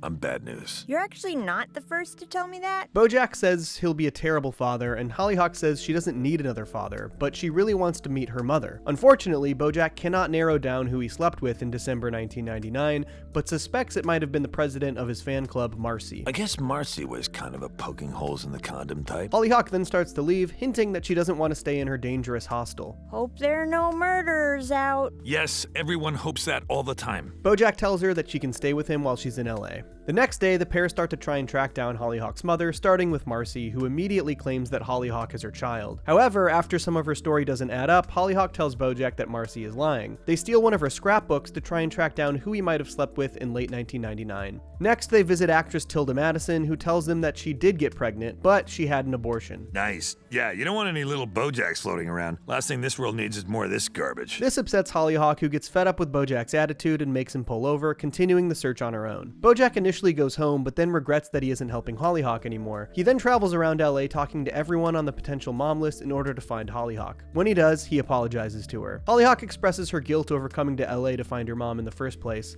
BoJack insists that it's okay. No, it's not, because that means my dads weren't enough for me. And they are! BoJack tries and fails to comfort Hollyhock, who decides she should probably leave LA. BoJack isn't ready to say goodbye, though, and lies about knowing who Hollyhock's mother is, claiming that it's Carla Mercedes Benz Brown. Carla Mercedes Benz Brown. 2 days later, BoJack admits that he lied about Carla Mercedes Benz Brown and tells her he's going to help find her real mother, while also venting about his own mother. Hollyhock asks if she can meet his mother. BoJack calls Princess Carolyn for the first time since he left LA. He initially apologizes for his absence, but it's quickly made clear that he actually called so PC could remind him the name of the nursing home where Beatrice lives. The pair drive up to the assisted living facility in Santa Barbara called Walnut Springs to see Beatrice. When they see her, Beatrice doesn't seem to recognize BoJack at all and calls him Henrietta. She does, however, seem to recognize Hollyhock. There's nobody here named Henrietta. Henrietta, orange juice, now! In October 2017, BoJack and Hollyhock visit Beatrice again. This time, while there, they look through old photo albums of Beatrice's life, and Beatrice starts to make some subtly rude comments to Hollyhock about her appearance. BoJack brings a Horsin Around DVD to watch with Beatrice, and they realize that Beatrice actually recognizes her son in Horsin Around. Hush, Henrietta. That's my son on the television. BoJack comes up with a plan to help Beatrice recognize him by putting on a live episode of Horsin Around in the nursing home, but for an awful reason. And when her eyes spark with recognition, I'm gonna sit down next to her, I'm gonna squeeze her hand and get real close and say, "Fuck you, Mom." The pair put on the live Horsin Around episode for Beatrice, but unfortunately, it frightens and confuses her. In her confusion, she shoves over another resident of the facility and is then kicked out of Walnut Springs. She then moves in with BoJack and Hollyhock. Shortly after Beatrice moves in, BoJack starts leaving the house more frequently and for longer periods of time. During this period, BoJack's inner monologue is eating away at him, catastrophizing and highlighting all of his biggest insecurities. Beatrice soon starts to show a bit of livelihood, cooking food, making coffee for Hollyhock, and caring for a baby doll as though it's a real child. BoJack's jealous response to this is to throw the baby doll off the balcony. After this, he retreats to a bar and has a few drinks, before going to Diane and Mr. Peanut Butter's place looking for Diane. However, realizing that he's a mess, he opts not to see Diane as he hasn't contacted her since his return to LA. First time she sees me, can't be drunk asking for help. BoJack asks for help, and Mr. Peanut Butter takes the day off from his gubernatorial campaign to give him a friend day. PB uses his sense of smell to track down the doll that BoJack threw, leading them to Felicity Huffman's house down the hill. She has the doll, but refuses to give it to BoJack because she's had to deal with the repercussions of living just below his house for years. She agrees to give him the doll back if he'll guest star on her TV show, FHBA Los Angeles. He reluctantly agrees. Before heading back to his house, BoJack grabs a drink with Mr. Peanut Butter and opens up about the Hollyhock situation. He's worried he's going to let her down and that she'll hate him. Well, maybe this time, don't do the thing that makes her hate you. BoJack returns home and gives the doll back to his mother. He sees Hollyhock sitting alone on the deck and goes out to talk to her. She asks him why he doesn't like spending time with her, wondering if she's the problem. BoJack reassures Hollyhock that he is the problem, not her. You need to know that whatever I do, it's not your fault. She then asks if the voices in your head that tell you you're garbage ever go away. BoJack lies to Hollyhock and tells her that they do go away. Shortly after this, BoJack finally calls Diane. She is not happy about how long it took him to call her and ends the conversation quickly. He heads over to her house to talk to her and finds that there's a big benefit dinner for Mr. Peanut Butter's campaign. He ends up paying a massive amount to get into the dinner. Diane avoids having the conversation with BoJack when suddenly a massive earthquake caused by the fracking around their house sinks the entire home underground, trapping the guests. On the third day underground, BoJack and Diane retreat to Diane's room and begin drinking. Diane opens up about her life and chastises BoJack for disappearing for 1.5 years. She then asks why he didn't call her when he got back to LA. I wanted to be better when you saw me again, and I thought I could be, somehow. But I'm not. Diane tells him that she needs him in her life, and eventually BoJack tells Diane about the Hollyhock situation. You got a daughter?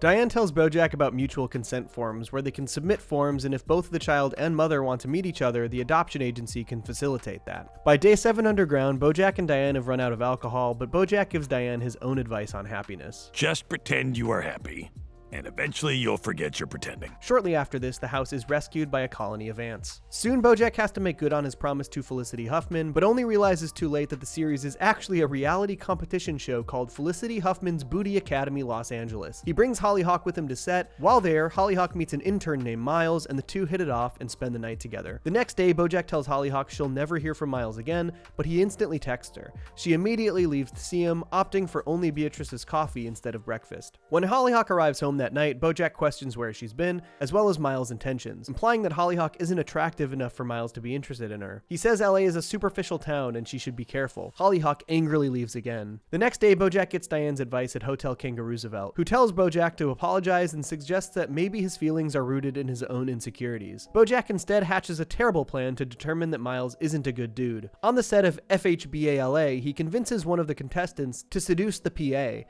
However, she instead sleeps with the PA, who, as it turns out, is not Miles, who is actually the intern. You think I was a PA? Nice. BoJack is then understandably chastised by stars/judges Felicity Huffman and Sir Mix-a-Lot. We make a show about empowering women and lifting them up, and you cheapen it with this coarse vulgarity. I cannot lie.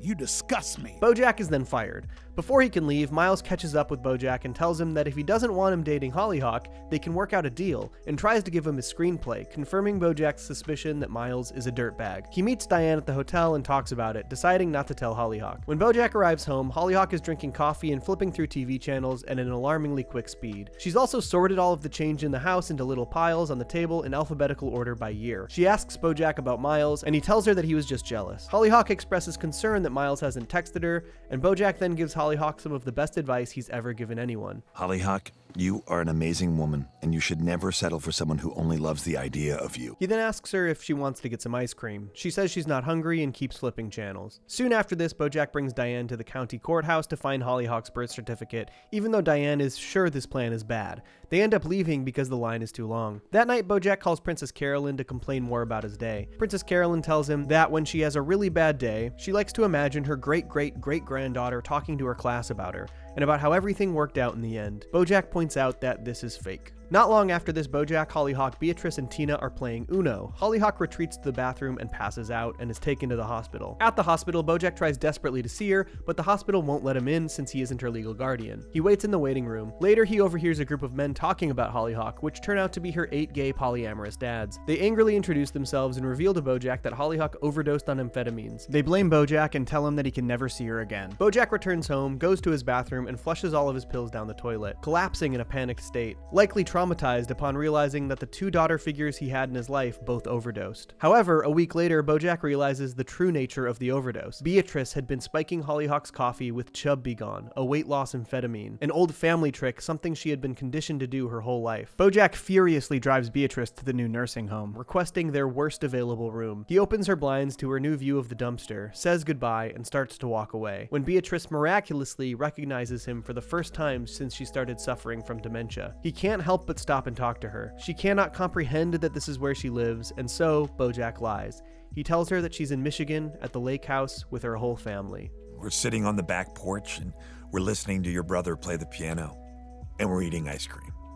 Vanilla ice cream. Beatrice accepts this, and BoJack leaves his mom at the nursing home. After this, BoJack tries to contact Hollyhock and tells her dads that it wasn't her fault, that it was Beatrice, but they hang up on him. BoJack meets with Princess Carolyn at a bar where she tries to convince him to star in a TV show she's producing called Filbert. PC mentions Matthew Perry, which triggers a memory where Hollyhock brings up Matthew Perry while sending a letter to her mother via the adoption agency. He rushes home and finds that the letter had been forwarded from the adoption agency to both Beatrice and somebody named Henrietta Platschke in San Francisco, then forwarded to Beatrice at Walnut Springs in Santa Barbara, and finally forwarded to Beatrice back at BoJack's house. BoJack then goes up to San Francisco and manages to track down Hollyhock's birth certificate. It was never in Los Angeles, and on it her parents' names, Butterscotch Horseman and Henrietta Platschke. BoJack was never Hollyhock's father, he's her half-brother. He finds Henrietta's phone number on Facebook and flies to Wichita to give it to her. He arrives at her house and manages to convince her dads to give her the phone number. He says he understands if he can't see her again, but he needs her to know the truth about her father and who her mother actually is. They agree to tell her, but they make him leave. Soon after this, back in LA, BoJack is drinking alone at home when Princess Carolyn shows up. She tells BoJack that she screwed up and that she promised the network that he would star in her TV show. I'll do it.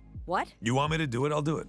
God knows you've done enough for me. Later that day, BoJack starts reading the script for Filbert when he gets a call from Hollyhock. She thanks him for getting the info about her mom to her. They have a really lovely conversation, but when BoJack starts to act too fatherly, Hollyhock cuts him off. I never needed you to be a dad. I'm going to be fine, but I've never had a brother. In early 2018, BoJack helps Diane move into a dilapidated apartment called Le Triste after her divorce from Mr. Peanut Butter. Diane claims that she and Mr. Peanut Butter are still friends and invites BoJack to his housewarming party later that week. Diane shows up at BoJack's house after a leakage issue at her building. The pair end up drinking the evening away together. While drunk, Diane comments that this is the first time they've both been single at the same time, though neither of them act on it. She mentions forgetting where BoJack had gone during the spring of 2015 when he abandoned the Secretariat set, thinking that he was in Michigan. BoJack admits that he was in New Mexico staying with a family, but does not go into details. Luckily, it worked out all fine. No, and I got a boat, and I came back. End of story. He attempts to ask Diane something else, but she passes out on the couch. The next evening, BoJack arrives at her apartment ready to carpool to Mr. Peanut Butter's party. He compliments her new makeover. Did you get a longer neck or something? Diane thinks he's hitting on her and playfully turns him down. Annoyed, he angrily heads back home, saying her fun new look isn't her authentic self. BoJack gets a call from Diane shortly after she returns from a trip to Vietnam. She apologizes for being a hot mess, claiming she just needs a friend to get through a rough patch in her life. In August 2018, Filbert begins shooting in a near replica of BoJack's house as the set. The set designer was allegedly inspired by David Boreanaz's house after touring. Shortly after beginning production, BoJack and his co-star Gina Cazador start hooking up. BoJack has been rationing his alcohol to last an entire week without binge drinking. He's also kept up his relationship with Hollyhock, including weekly calls with her on Sundays. Frustrated with the writing on the show, BoJack admits to PC that he doesn't like his character Filbert, as he sees too much of himself in the role. PC advises him to see the character as an opportunity to improve his own behavior off set and not take the character home with him at night. And then when you're done shooting, you take off your costume and you're BoJack, the star of the show that everybody likes. BoJack takes this advice to heart and becomes friendlier with the crew. During the shoot, he seems to be falling for Gina as they have chemistry, but she doesn't want anything too serious. Later on set, BoJack discovers Gina listens to show tunes from a corn-themed musical. Gina tells him in private her childhood dream of acting on Broadway, but she never made it in theater and settled for TV roles instead. BoJack tells Flip and PC about this, who mention having her sing in a nightclub scene. It's your big break, and I help. Gina is mortified, but BoJack convinces her to sing for PC and Flip, which goes less than stellar. BoJack later apologizes to Gina, claiming she just had a bad audition and that she shouldn't give up, but she ends the discussion flatly. You did your good deed, so you can feel good about yourself. Diane interrogates BoJack and Princess Carolyn about attempting to cast Vance Wagner, a problematic actor, as BoJack's partner on Filbert at the Forgivies. A picture taken out of context appears to make BoJack look disgusted at Vance's return to Hollywood. BoJack agrees to make an appearance on a female-oriented talk show called The Squawk. He tries to set the record straight over the picture, but the hosts continually talk over him,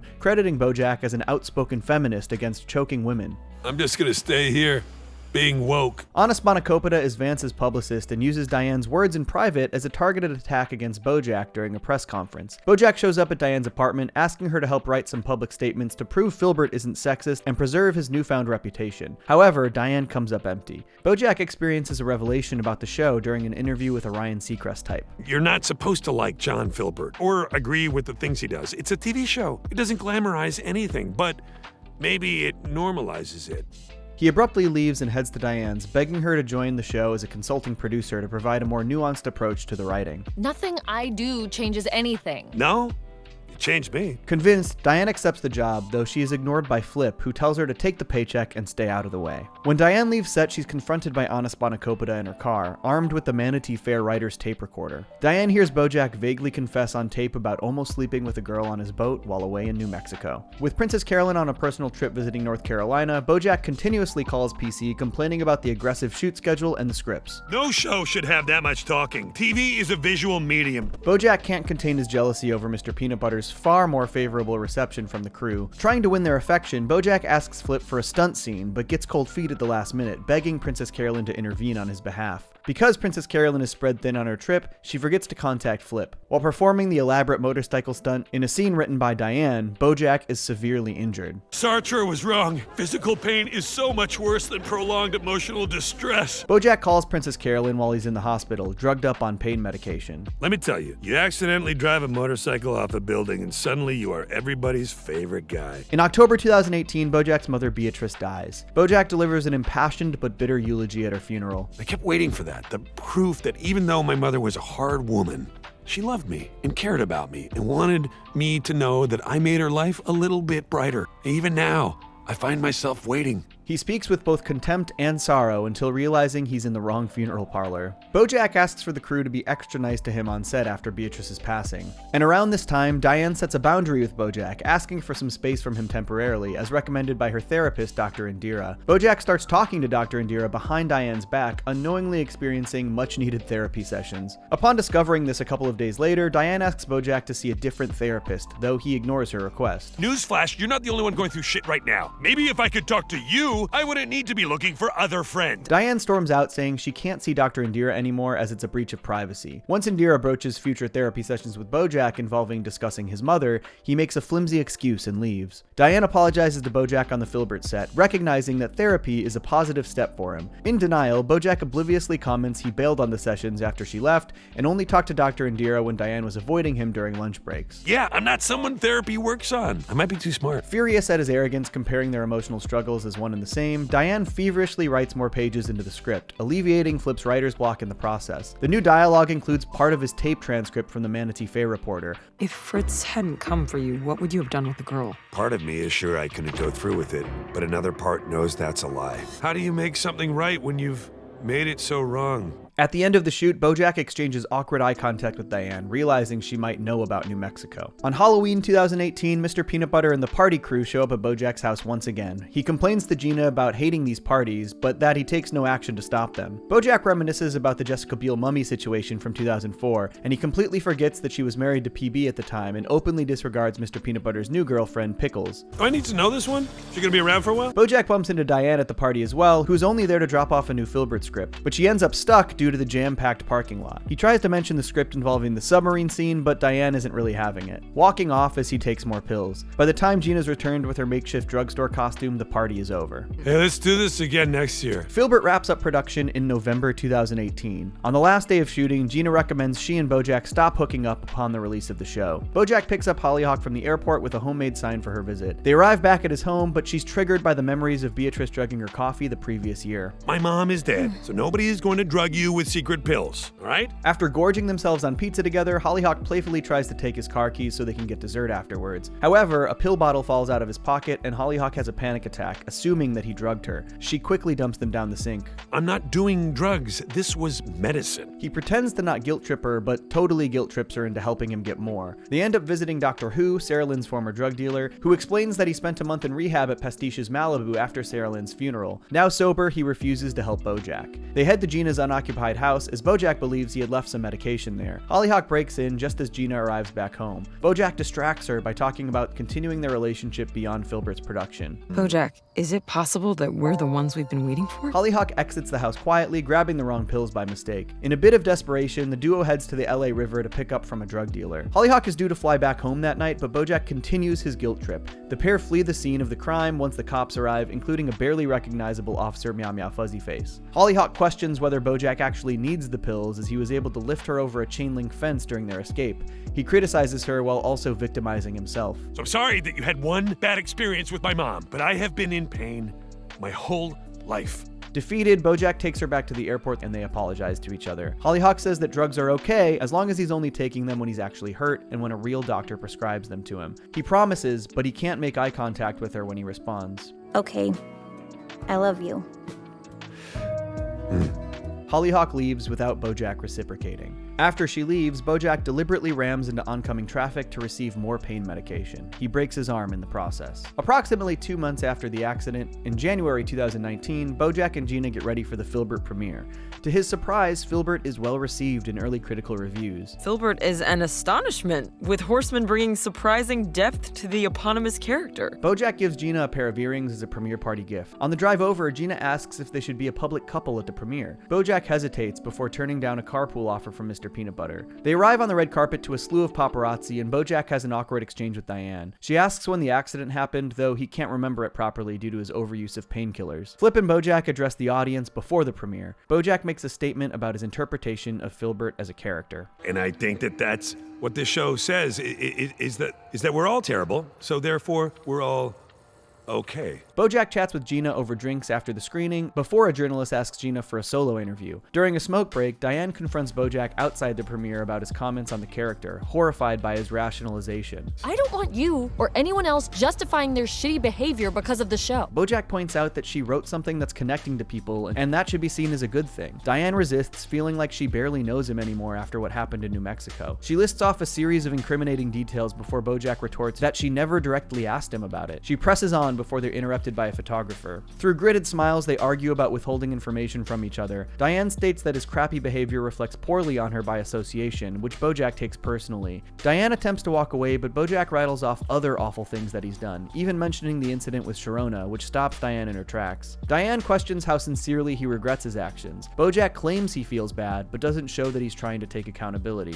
I'm the one who has to live with this shit. I'm the one who has to feel the guilt all day, every day. I'm the one who has suffered the most because of the actions of BoJack Horseman. BoJack sees himself as his own biggest victim, but Diane immediately brings up Sarah Lynn. She reminds BoJack that he was the only consistent father figure in her life. He continually abused that trust by being sexually inappropriate with her, as well as breaking her sobriety for his own comfort. BoJack concedes that she won the argument, claiming he wants to move forward and stop dwelling on things. Diane tells him that he hasn't changed at all, and he angrily retorts, Yes, congratulations. You are the last person to get that. I'm not gonna change. I don't need your help for changing. BoJack says that he's improved as a person since the release of One Trick Pony, but Diane claims this isn't true. Not wanting to lose her as a friend, he confesses to visiting Charlotte in New Mexico. Desperately fumbling over his words, he claims nothing had happened with Charlotte's daughter yet, leading Diane to storm off. Realizing he messed up, BoJack ingests a substantial amount of pills and heads back into the party. He kisses Gina during an interview to the delight of the press. Filbert premieres and is a massive success, doing wonders for Gina's career. By March 2019, she is a bona fide star. BoJack has been taking pain medication in higher doses, so much so that it's warping his sense of reality and causing hallucinations, all while shooting Filbert Season 2. Despite the success of the show, BoJack still has an inkling that something is off. It's like there's always something lurking just beyond the horizon. Princess Carolyn has been keeping tabs on BoJack during production. His erratic behavior could jeopardize the entire production, not unlike what happened on Secretariat. BoJack ignores her comments, self-medicating with more pills, and criticizes her for being gone when he got injured. You're doing a great job making me feel like you give a shit. You're gonna be an awesome mom.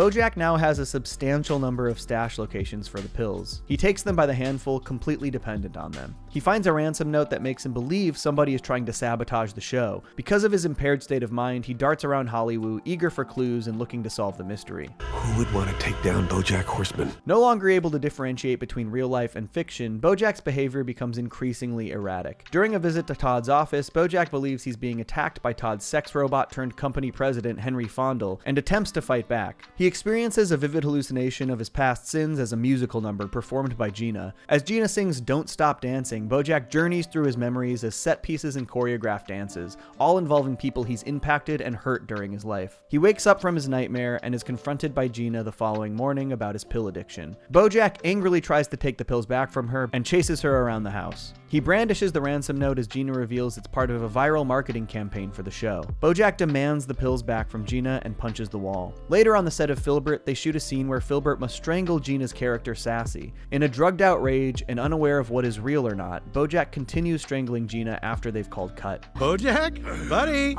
I think he's really strangling her. Disgustingly, Flip tells the cameraman to keep rolling. Mr. Peanut Butter intervenes and pulls BoJack off of Gina before it's too late. What the is wrong with you? Still in a daze, BoJack flashes back to the heavenly staircase. At the top, he is only face to face with the giant Filbert balloon from the premiere, staring blankly down at him. After this incident, Filbert shuts down production for a few days. BoJack wakes up disoriented on his couch at home, alerted by a phone call from PC. She comes over and talks to him out on the balcony, coaching him on doing an interview with talk show host Biscuits Braxby to talk about the incident. BoJack asks Princess Carolyn to show him the video, not remembering the previous evening's events or grasping the severity of the situation. Just let me see it. How bad could it be? She reluctantly shows it to him, and he realizes how bad things got when he was drugged up. BoJack arrives at the Filbert set for the interview. He tries to apologize to her, wanting to come clean about everything to the public. Gina is furious at him, but tells him he can't tell the truth, as she's finally now getting the career that she always dreamed of. People know me because of my acting,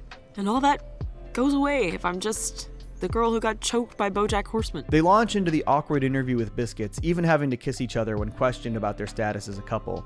The interview ends, leaving BoJack alone, occupied with only his own thoughts. Ironically, the WhatTimeIsItRightNow.com streaming service ends up folding due to the sexual harassment scandal involving Henry Fondle, the sex robot, canceling Filbert immediately. A disheveled BoJack shows up at Diane's apartment. He asks her to write a takedown article on him in an attempt to become a better person, but Diane refuses. Whatever you put in that story, no one is gonna hold you accountable. You need to take responsibility for yourself. Feeling helpless, BoJack tries to take more pills, but stops himself, realizing he can't get better on his own. Diane drives him to Pastiches, a rehab clinic in Malibu, encouraging him to seek help. You can go back home and try to do things your way like you've been doing all your life, or you can see what these guys have to offer. Diane shares a story with BoJack about a toxic friend she had in high school. Against her better judgment, she ended up staying friends with that person out of a sense of loyalty. She now feels like she's doing the same for BoJack, as she knows this is a positive opportunity for him. BoJack decides that he does need to give rehab a try. I'm gonna say, hello, I am BoJack Horseman. Obviously, you know who I am because I'm very famous, and also we called ahead. And I am here because I need help. BoJack checks into Pastiches and starts his rehab journey, struggling through the first few weeks. Upon seeing a selfie of Sarah Lynn during her time there, BoJack changes his approach to recovery with a renewed sense of purpose. At rehab, BoJack's therapy horse, Dr. Champ, asks BoJack to share a story of the first time he ever drank alcohol, but he deflects the comment, turning it into a joke. BoJack's last day in rehab was meant to be in June 2019, though he had reservations about leaving. I'm here because I made choices.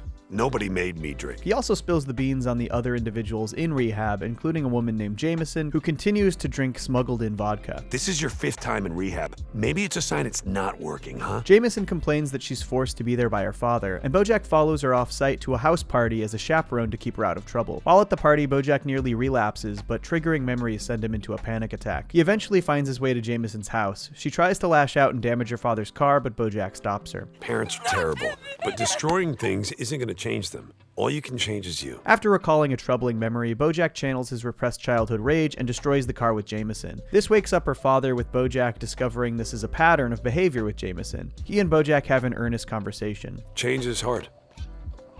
Takes a long time. Jameson and BoJack return to Pastiches the following morning as he criticizes her ungrateful attitude. I wish I had someone when I was your age who cared about me enough to put me in rehab. Jameson tries to sneak in a water bottle of vodka, and BoJack takes it from her. He agrees to a selfie with the attendant and signs up for an additional 6 weeks of rehab. BoJack keeps the bottle of vodka as a reminder for following through with the program in honor of Sarah Lynn. Soon after this, BoJack contacts Princess Carolyn, waking up her baby in the process. He asks for help with making a list of people to apologize to. Princess Carolyn obliges, asking for his opinion on a baby name in the process. The following day, BoJack calls a stressed out Princess Carolyn from Mr. Peanut Butter's phone, stating he just showed up at rehab for the friends and family meeting. He asks her to come pick him up. BoJack tries to get him to leave, but Mr. Peanut Butter sticks around, using the group to garner his own life advice. BoJack talks to Mr. Peanut Butter after the meeting about the dangers of bottling up his feelings. You think you're protecting them from your toxicity. You convince yourself that you're being selfless, but it comes out in other ways, and it infects everything. 2 days later, BoJack wakes up Princess Carolyn, who showed up at Pastiches to pick up Mr. Peanut Butter but promptly fell asleep. Later that day, BoJack calls Princess Carolyn, apologizing for making her life more difficult during that week. He claims he didn't want to bother her with the friends and family meetings due to her already overloaded schedule. To his surprise, Princess Carolyn says she'd be happy to come to them in the future. In October 2019, BoJack sends Diane a series of letters from rehab while she's on the road with Guy for Girl Crush. He admits that the structure is actually quite helpful for him, even though he believes the experience will ultimately be fleeting.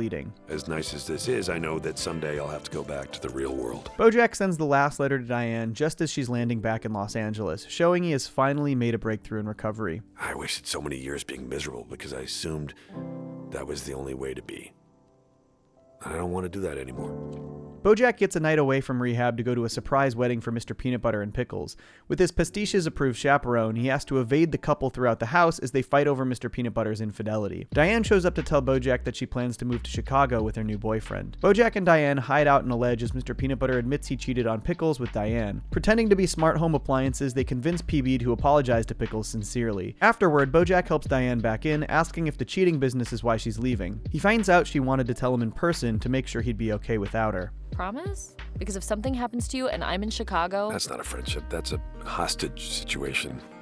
Go to Chicago. The pair finally leave the party with the rest of the trapped guests. By November 2019, BoJack has been in rehab for 6 months and Dr. Champ is ready to send him home. BoJack makes it outside but hesitates, seeing the paparazzi birds awaiting the arrival of Joey Pogo, a Gen Z influencer. BoJack has an internal crisis, realizing he's being kicked out for someone more relevant than he is. He interrupts one of Dr. Champ's sessions and insists that he's staying, scared of life without the structure of rehab. Scared of leaving rehab, BoJack tries to drink some of the vodka, but can't do it, chucking the bottle out the window. It somehow lands on a pallet of water bottles and is immediately consumed by Dr. Champ. Desperate to do the right thing, BoJack shuts Dr. Champ up in his room, trying to make sure he sobers up by the following morning. The next day, BoJack apologizes to Dr. Champ. They agree to not tell anyone about it, and BoJack helps him escape out the window. Dr. Champ steals a nearby van, leaving the facility, and BoJack packs his things once again, ready to finally head home. On the way home, he spots the van at a bar, and he tries to convince a drunken Dr. Champ to go back with him, but he refuses. Check, please. During their arguments, Dr. Champ drunkenly observes BoJack's lack of healthy relationships with other horses, stemming from a hatred of his parents. Okay, you got me. My parents gave me an internalized self-hatred of horses, so my horse body is a prison that I can never escape. Eventually, BoJack brings Dr. Champ to Partridge's, a direct competitor and neighbor of Pastiches. Dr. Champ directly blames BoJack for his relapse. Of course you did this to me, because I cared about you, and you ruin people who care about you. Realizing the fallacy of this claim, BoJack wishes him luck and leaves rehab for good. I want you to remember what you did to me. I remember everything.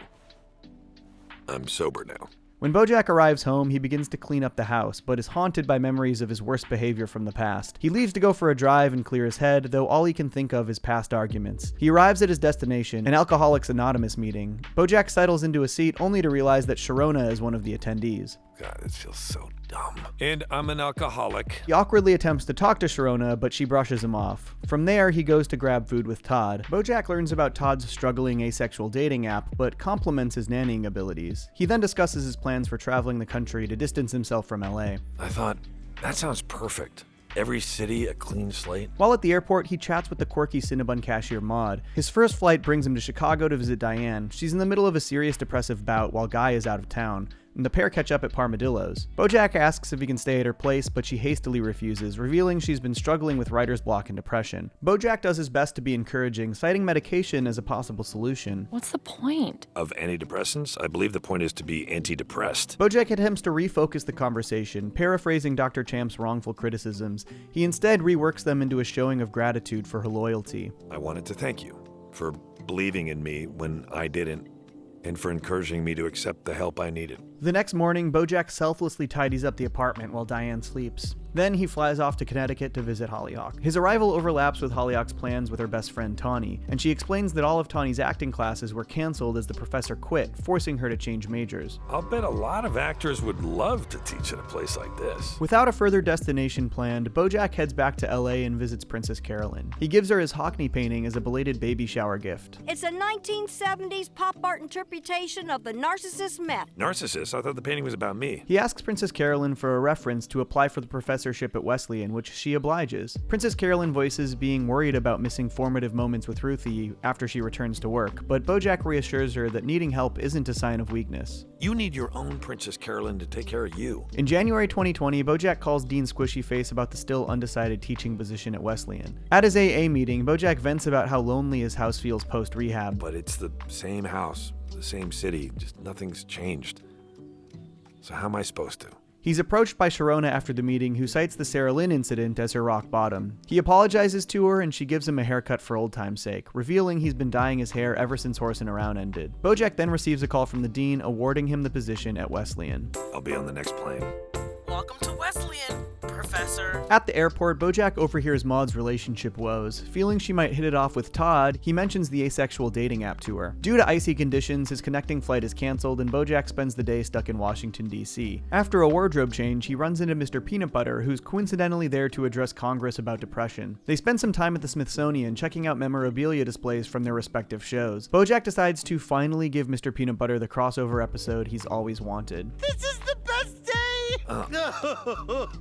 With his flight rescheduled, BoJack visits Old Town Horseburg and attends a church service with the townsfolk made up entirely of horses. It is only when we show ourselves forgiveness and mercy that we truly live a life of grace, that we are reborn. Sitting in thought after the service ends, BoJack is approached by the preacher, who invites him to stay for the next service. Later that month, BoJack prepares for his first day of classes at Wesleyan by rehearsing his opening lecture. BoJack begins class as the students eagerly interrupt his flow, wanting to show their work from the previous semester. BoJack enjoys helping them refine the scenes, getting so caught up that he unknowingly goes 20 minutes over their designated time. 6 weeks further into the semester, BoJack has taken a more active presence on campus. He engages in regular office hours, counseling with his students, and goes to AA meetings outside of class. BoJack attends all of Hollyhock's rugby games, noticing that she's been more evasive with him than usual. She even refuses to let him hang out with her after a game, saying there will be alcohol at the bar. That's okay. And young girls. What's that have to do with anything? To try and salvage his relationship with his sister, BoJack becomes extremely supportive of Hollyhock during her games.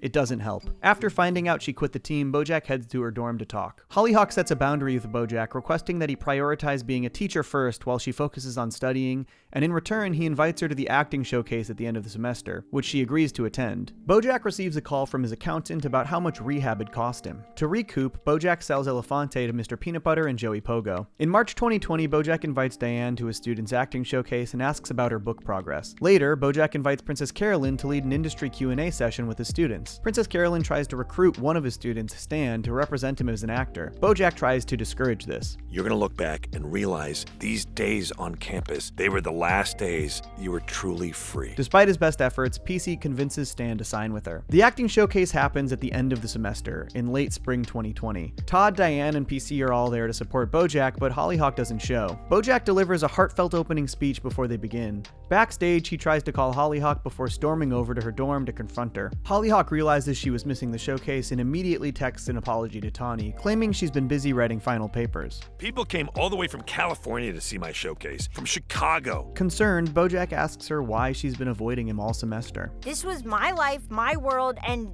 you just, live here now. BoJack apologizes for never asking Hollyhock if she was okay with him teaching at Wesleyan and offers to stop teaching there the following semester. Hollyhock instead tells BoJack that Tawny says he's a great teacher and that she loves Tawny even if they're in a fight. Are we in a fight? Yeah. BoJack rushes back to the end of the showcase, applauding the hard work of his students. He abruptly receives a call from Charlotte, who demands he stop a group of reporters from bothering Penny. I swear I don't know what you're talking about. Well, you better figure it out. BoJack passes out in a panic attack and is dragged back to his office by Todd, PC, and Diane. Holed up in his office while avoiding the students, BoJack explains the situation to his friends. He finishes his story, each of the others responding in separate ways. PC is in full spin mode, citing the lack of illegal activity. Todd sees his conduct as sketchy, whereas Diane wonders if there isn't a larger aspect to the story. They're working on something bigger.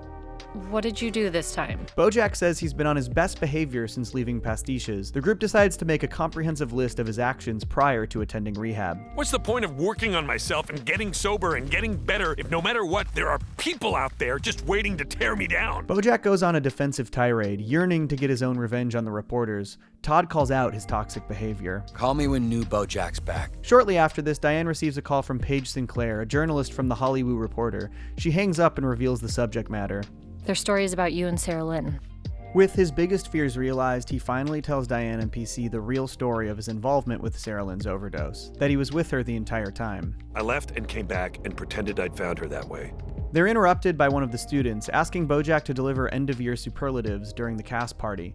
BoJack obliges them, savoring his last bit of normalcy. You've shown me the type of person I didn't know I wanted to be. And this semester, I got to be that person. PC urges BoJack to write a legally ambiguous statement to protect his new reputation, but Diane compels BoJack to be honest, even if it causes him to lose his professorship. BoJack receives a call from Paige Sinclair, who questions him about his involvement with Sarah Lynn. Revealing her story will run the following week, but BoJack denies all charges. Furious at BoJack's lying, Diane leaves his office in disgust. With PC's help, BoJack writes a disingenuous statement to refute the allegations. Rehab was supposed to be a fresh start. But no matter how many starts I get, there's always the same ending. PC tells BoJack that she's still there for him, against her better judgment, but with the same bond of loyalty that has kept them together for decades. She wants their relationship to have a happy ending. Is it possible you letting me go is the happy ending? BoJack decides to own up to his behavior, no longer content to keep running away. The Hollywood Reporter story breaks, and BoJack agrees to do an exclusive interview with Biscuits Braxby. They shoot the interview on the old Filbert set, previously used for the Damage Control interview with BoJack and Gina. During the interview, BoJack explains that Sarah Lynn's death was his wake-up call to change himself through attending rehab and embracing sobriety. His biggest revelation came from recognizing how his consumption of television at a young age imprinted onto his personality as an escape from his tumultuous home life. He previously saw life as an acting role, but now recognizes it as his impression of writers and actors working through their own issues. I felt like a Xerox of a person, you know what I mean? During the interview, BoJack comes across as sympathetic. Post-interview, BoJack brags about the quality of his performance to Princess Carolyn, and the following morning, BoJack wakes up to a positive outpouring of support for his interview. He receives a call from Dean Squishyface, who welcomes him back to teach at Wesleyan, and BoJack and PC receive a call from Pinky Penguin, ecstatic about the ratings boost for MBN. He compels BoJack to do a second interview, despite PC's hesitation. BoJack does another interview with Biscuits, who discusses a series of incriminating actions on BoJack's part. On the night of Sarah Lynn's overdose, BoJack panicked and called himself from her phone, with Biscuits noting that he waited 17 minutes before calling the paramedics. The questions keep coming as BoJack is asked about his relationship with Princess Carolyn. Attempting to pivot, he compliments her adaptability in the industry. Quite an accomplished woman. You said it. She was an agent's assistant when I met her, and now she's running her own company. BoJack becomes increasingly defensive and reactionary during the interview as Biscuits accuses BoJack of taking advantage of power dynamics in his relationships. Biscuits presses on, asking BoJack about Sarah Lynn, mentioning the first time she got drunk was on the set of Horsin Around. Assuming Biscuits spoke to Sharona, BoJack throws her under the bus on national television. I loved Sarah Lynn. She was like a daughter to me. Digging himself deeper, BoJack admits that he didn't sleep with Sarah Lynn until she was 30 years old. This catches Biscuits off guard as he attempts to backpedal, blaming it on drug consumption. Biscuits continues, revealing Sarah Lynn had died in the hospital and could have been saved if BoJack hadn't hesitated to call an ambulance. After the taping, BoJack defensively vents to Princess Carolyn in the parking lot, but she isn't having it. I think you have 3 hours before this interview airs and your world changes completely. On his way home, BoJack stops at the Laugh Shack Comedy Club, seeing an old outline Herb had traced of him on the wall. He does a set for old time's sake, before the interview airs and his life changes completely. By late summer 2020, BoJack has become a Hollywood pariah. He's lost his job at Wesleyan, and Hollyhock won't return his calls. Additionally, Sarah Lynn's family has sued BoJack, resulting in a $5 million settlement. At BoJack's AA meeting, none of the other attendees are willing to sponsor him, and Vance Wagner offers instead. BoJack receives a call from his lawyer and accountant, informing him that he's being sued by Xerox, bankrupting his entire estate. Sarah Lynn's death cost me $5 million, but saying something bad about a brand is going to cost me $100 million? As a result, BoJack is forced to sell his home and moves in with Mr. Peanut Butter as his roommate. He receives a letter from Hollyhock, but fearing the worst, avoids opening it. I can't open it. What if she says she never wants to hear from me again? Unemployable and broke, BoJack becomes an extra on Birthday Dad. He also discovers he wasn't invited to Todd's housewarming party, so he contacts Vance Wagner and the pair meet up at the diner. Okay, do I have a horn? Because everybody keeps looking at me like I'm some kind of freak. This joke launches into BoJack and Vance planning a raunchy comedy called The Horny Unicorn. BoJack hesitates, but is persuaded to come on as the acting lead, with Vance directing. Come on, I know you need the money. When are you gonna stop punishing yourself? BoJack and Vance show up at the party, but Todd refuses to let them in. Needing a friend, BoJack joins Vance, heading to his daughter's college campus to help. However, Vance is only there to verbally harass her for social media usage, making a spectacle of BoJack in the process. BoJack is then invited by a student to a frat party. When he's abandoned by Vance, he goes outside and attempts to call Hollyhock, only to find that she's changed her number. In a panic, he finally reads her letter. Realizing she's cutting him out of her life, BoJack wanders back into the party in a daze and ends his sobriety. Not long after this, BoJack has begun shooting The Horny Unicorn and is drinking on set regularly. He receives a call from former ABC executive Angela Diaz, who asks him to visit her estate that evening. He arrives at her mansion with a vodka water bottle in tow. Angela reveals that they want to digitally remove BoJack from Horsin Around to release the show on Blu-ray, and if he agrees, he'll receive a substantial payout. Do it for Sarah Lynn. Doesn't she deserve more than to be remembered as the girl you killed? BoJack accepts the offer. They drink together, with him doing the complete BoJack dance for her. BoJack finds out from Angela that during Herb's firing, she lied to him. She manipulated BoJack into allowing Herb to be fired to save his own career. I have this whole speech I practiced in the mirror. I was terrified you were going to call my bluff. In a rage, BoJack tries to burn up the contract, pinning the blame on Angela for the downward spiral of events from his life after Herb's firing. In defeat, BoJack takes some Horsin Around Blu-rays in Angela's car before driving to his old house. He breaks in and watches his old screen test from Horsin Around, recognizing that he has no one to blame but himself. Drunk and high on pills, BoJack calls Diane and tells her he's going to go swimming unless she calls him back. He passes out in the pool, nearly drowning. While drowning, BoJack dreams of a dinner party hosted by his mother Beatrice, along with old friends and colleagues who have since passed. He helps get a bird out of the house with the other guests before adjourning to the dining room. The guests talk about the best and worst parts of their lives looking back. BoJack is asked by Quarter Eye Jackson to share his own experience. I guess my worst part has to be, right before I got here, I think. The group argues over the virtues of sacrifice versus personal happiness, everyone citing their own experiences. They are soon joined by BoJack's father, appearing as Secretariat in his prime. BoJack learns Herb had considered ending his life after the Horsin Around fiasco, but persevered to do what he could to help humanity. During Secretariat's memories of the bridge, BoJack vomits up black tar onto the table, commenting that it must have been from when he went swimming earlier. He continues on, saying the best part was helping out a student from his class. It reminded me of when I was young, just starting out.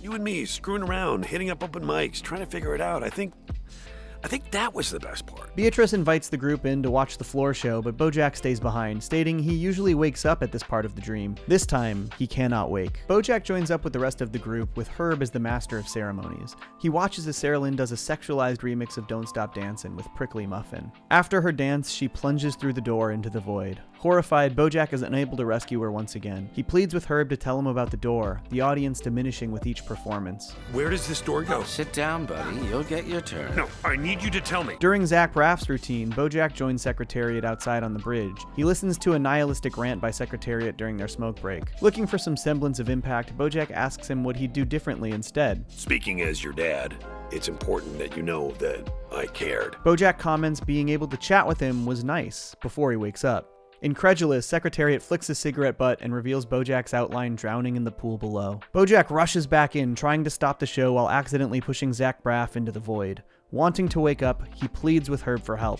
struggling to retrace his steps, but recalls contacting Diane. I couldn't have drowned if I got out of the pool to call Diane, so I shouldn't be here. The show continues as BoJack listens to Secretariat's poem titled The View from Halfway Down. The poem's tone shifts from defiance to anxious terror to regret, with Herb coaching Secretariat similarly to BoJack's screen test. BoJack looks on in horror as Secretariat falls down the void before making a break for the door. He ends up on stage, harassed by Beatrice, Crackerjack, and Herb to accept his fate. Has anyone ever come back from this place? There is no place.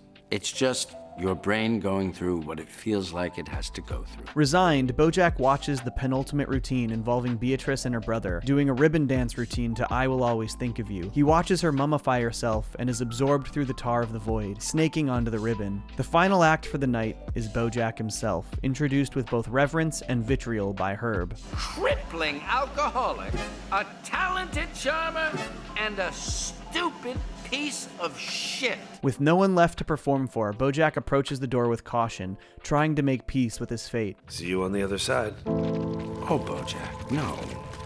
There is no other side. BoJack rushes out of the theater with the tar abyss hot in his trail. With all the exits blocked off, he heads to the kitchen, seeing the bird woman from earlier consumed by the tar. BoJack pleads for Diane on the phone to rescue him. He finally remembers she hadn't answered his call and left her a voicemail before going back to the pool. What do I do now? BoJack, it doesn't matter.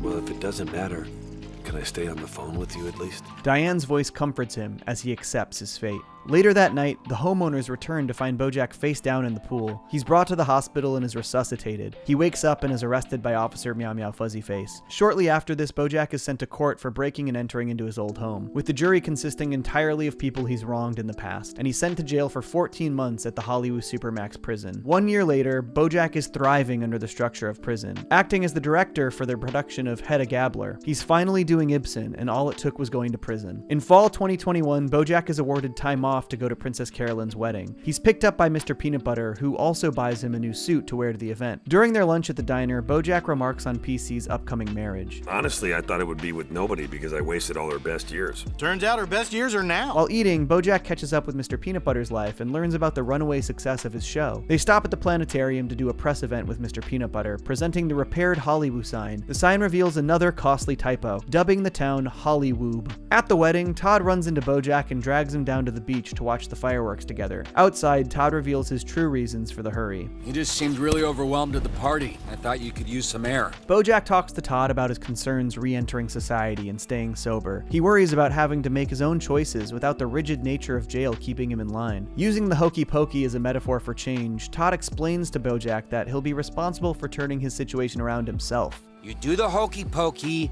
and you turn yourself around. You turn yourself around. That's what it's all about. After enjoying the scenery on the beach, BoJack heads back to the wedding. He's approached by Princess Carolyn, who reveals the real wedding was a week ago and the current one is just a networking industry event. Princess Carolyn anticipates that the upcoming release of Horny Unicorn will be BoJack's big comeback. They share a dance together as BoJack shares his sitcom trope ideation of a disaster happening at the wedding. Princess Carolyn admits to BoJack that she has some worries about losing herself in the marriage, as she's grown so accustomed to doing caretaking during her time with BoJack. He quells her fears, stating she deserves her happy ending before asking about representation once he's out of prison. PC humors him, but doesn't commit herself. I can recommend some excellent people. BoJack finds Diane sitting on the roof. The conversation is tense before BoJack realizes Diane has been traumatized ever since receiving his voicemail. She expresses that she wishes she could have been the person to save BoJack. That was never your job. Then why did you always make me feel like it was? BoJack and Diane talk about how their lives have changed since last speaking. Diane reveals that she married Guy and they live in Houston together. BoJack ponders if this might be the last time they ever talk to each other, and realizing this might be the case, Diane thanks BoJack.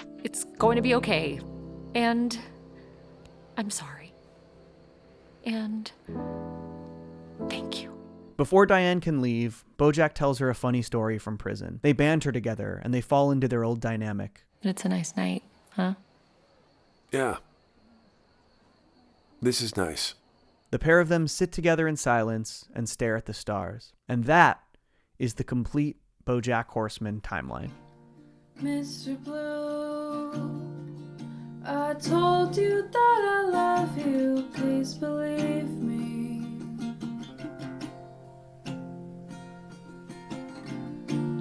Mr. Blue, I have to go now, darling.